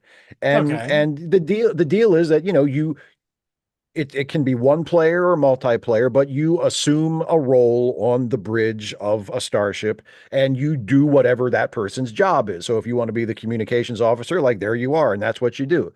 And whatever. And if you have a bunch of people playing with you, like you act out the story on your own, and whoever's And like for some people, I can easily see why that would be like a dream come true. Because there are people who relate to Star Trek on that level. Like they project themselves into that world and they want to live there and they want to think it's real and they want to be on the ship and they want to do the stuff. What did you That's do never today? been me. I was on the Enterprise and I entered telemetry into the computer for 5 or 6 hours. Exactly. Like, so why don't you have a job? Yeah. While I understand the appeal of that in theory, that has never been me. And I think for a lot of people, for pretty much everybody other than a small niche of the audience, that's not what brings us to it. I don't actually want to live there. It seems like a nice place every once in a while. I don't actually want to live there. I want to be told a story, you know? And so I played the Bridge Crew game. I downloaded it from my computer a couple years ago, and I played it for 5 minutes and I returned it. Literally, like it was the most boring game I'd ever played. I'm like, because I realized, I'm not here for this. Like I don't actually want to be a member of the crew. I want to watch the show. 7 hours analyzing core samples and making a report to my superior officer. Right. Or even if something exciting is happening, raise the shields. Okay, like I don't want to do that. I want to watch the story. You know, or if Star Trek. Raise the shields. I don't want to do that. No, I'm bored with this. So get someone else to do. I'm out of here. Lieutenant? I don't want to do what you're telling me. Patrick Stewart, like, what did you say? You're defying an order? I'm bored. I'm sorry. This isn't my thing. This on for size. Fuck you. But like, if we're making a movie and I get to play a role, and it's a good role, and I get to and I'm acting. Okay, that sounds fun to me. You just want to bang away at the LCAR screen. I'm in Star Trek.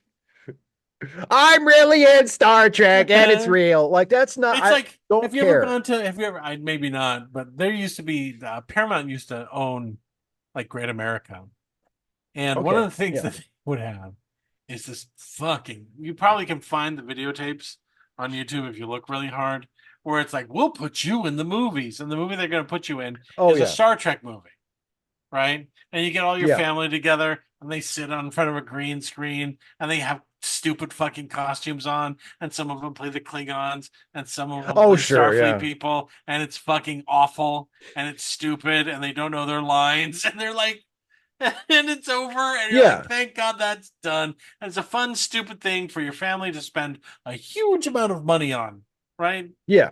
To take home on VHS and then forget about. I anticipate that the destruction of the outcome of this is exactly that. Hey, guys, let's play Steamboat Willie tonight. I don't want to play Steamboat Willie. Shut your fucking mouth. Eat your goddamn dinner. We're playing and have some family movie time. Well, it's not really a movie because we're playing all the characters. Shut up. Shut the fuck up. Just do it. It's gonna be fun. Everyone put on their fucking VR glasses. We're gonna go in there. They accidentally go into a fucking porno. Someone walks in and goes, I forgot my dress. What is this? I didn't pick this up. I don't know. Someone must have hacked our machine. It's just sure. His name. Dad is playing innocent. Well, how did this happen? Why? Who did this? This is outrageous. Why does she look like our neighbor? I don't know. Stop it. I don't think she looks anything like our neighbor. You're crazy. Shut up. Get out of here. Get out of here. You go to bed, you kids. So the likelihood. Of the one button make a movie thing, right? I think the likelihood is that there's also going to be. Play in this world, play in that world, play this part, play that part. You want to be a detective in the 1940s? Go right ahead. There's only 3 of you fucks out there in the world anymore. Just go ahead and watch that. I'm not saying that it won't ever be a thing, but it's not going to replace movies. It's not going to replace, because like, if you look back at the history of movies, all of the innovations that have changed what a movie is have been things that added to the experience, right? Sound. Okay, that makes sense. The first movies couldn't have synchronized sound. They figured out a way to do it. Now the actors can talk. That makes sense. Color. Oh, now it looks more like real life because in real life, it's not all black. Okay, that makes sense. That I understand that. It turns out 3D doesn't really add anything. No, stereo. That's why 3D, that's why better, stereo, better sound quality, stuff like that. But 3D doesn't really add anything. That's why 3D has never been anything other than a gimmick. Mm-hmm. And it comes up every now and then. And, sometimes it's kind of fun, but usually it's just like, well, do we really need it? Can't we just watch the movie? And the interactive stuff, I feel like, is kind of like, if you try to graft that onto movies and say, this isn't a video game, this is a movie, but it's a new kind of movie and it's better because you can be in it and you can decide what happens. I don't think that's what people go to movies for. I don't think that doesn't make movies better, so I don't think that's ever going to catch on as like a replacement for movies. It might be a new kind of video games. You cling to your old movies all you want. They're dead. You hear me? They're dead. We didn't need dialogue. We had faces. I mean, interaction is coming. Then the push button, make your own movie is coming. Probably. And what's going to be left of the other movies, of the movie studios or whatever? I don't know. I don't know what's ahead for us in the future. I know it probably is going to suck. Does that mean that there are going to be local people who are going to be still making movies that you don't interact in? Sure, but they're not going to be big budget movies, more than likely. I don't think we're going to make a low budget interactive movie. It's like, come sit with me by the window, drink our coffee, smoke a cigarette, and let's just contemplate our existence for a little while as we watch rain spit against the window. Huh? Yes. Isn't this nice? I find that your voice is foul. Let us just sit in silence. Yes? Okay. And then you sit there for 7 hours as the first day goes by and the guy across from you sighs every once in a while. Not a contented sigh. A disgusted sigh. He's not happy to be here. Yeah. I can't believe you are still playing this. I have to sit here this whole time. Every once in a while he mumbles bastards under his breath. Bastards. Bastards. I might actually buy that movie. I just need to get away. I need to spend some time with someone who fucking despises me. An angry, muttering Frenchman. Just let me sit with him for 8 hours. Exactly. While he grumbles and occasionally swears under his breath. The title comes up, it says by Louis Malle underneath it, and you're like, perfect. This is exactly what I need. I hate you and everything else. You turn it on, and all of a sudden you hear Werner Herzog narrating something. Here we see a man turn to technology for entertainment and escape. There is no escape. It's like, what, Werner? Why? Can you imagine? You get a potluck. You push the button, potluck, and it's a Werner Herzog movie. And who comes walking through the door? You're like, pop. You're like, oh, I wonder who's at the door. I wonder who that could be in this Werner Herzog film. Open the goddamn door! Oh no! Oh, not him! He breaks straight through. It is me, Klaus Kinski. I've come here to ruin your life. You cannot get rid of me that easily. Exactly. Okay, that's it. We're done. No more fretting. No more. The future is bleak. Just get used to it. Enjoy the future, everybody. Bye.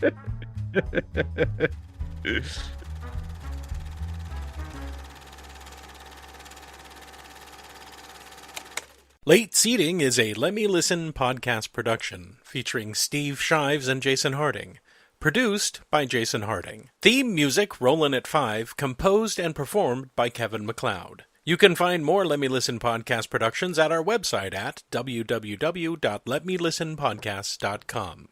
You can also find us on Stitcher, iTunes, or just about anywhere you download podcasts. Late Seating is a listener-supported podcast. If you would like to support Late Seating or any of the other Let Me Listen productions for as little as $1 a month, please visit our Patreon page at www.patreon.com/LetMeListen. And thanks for listening.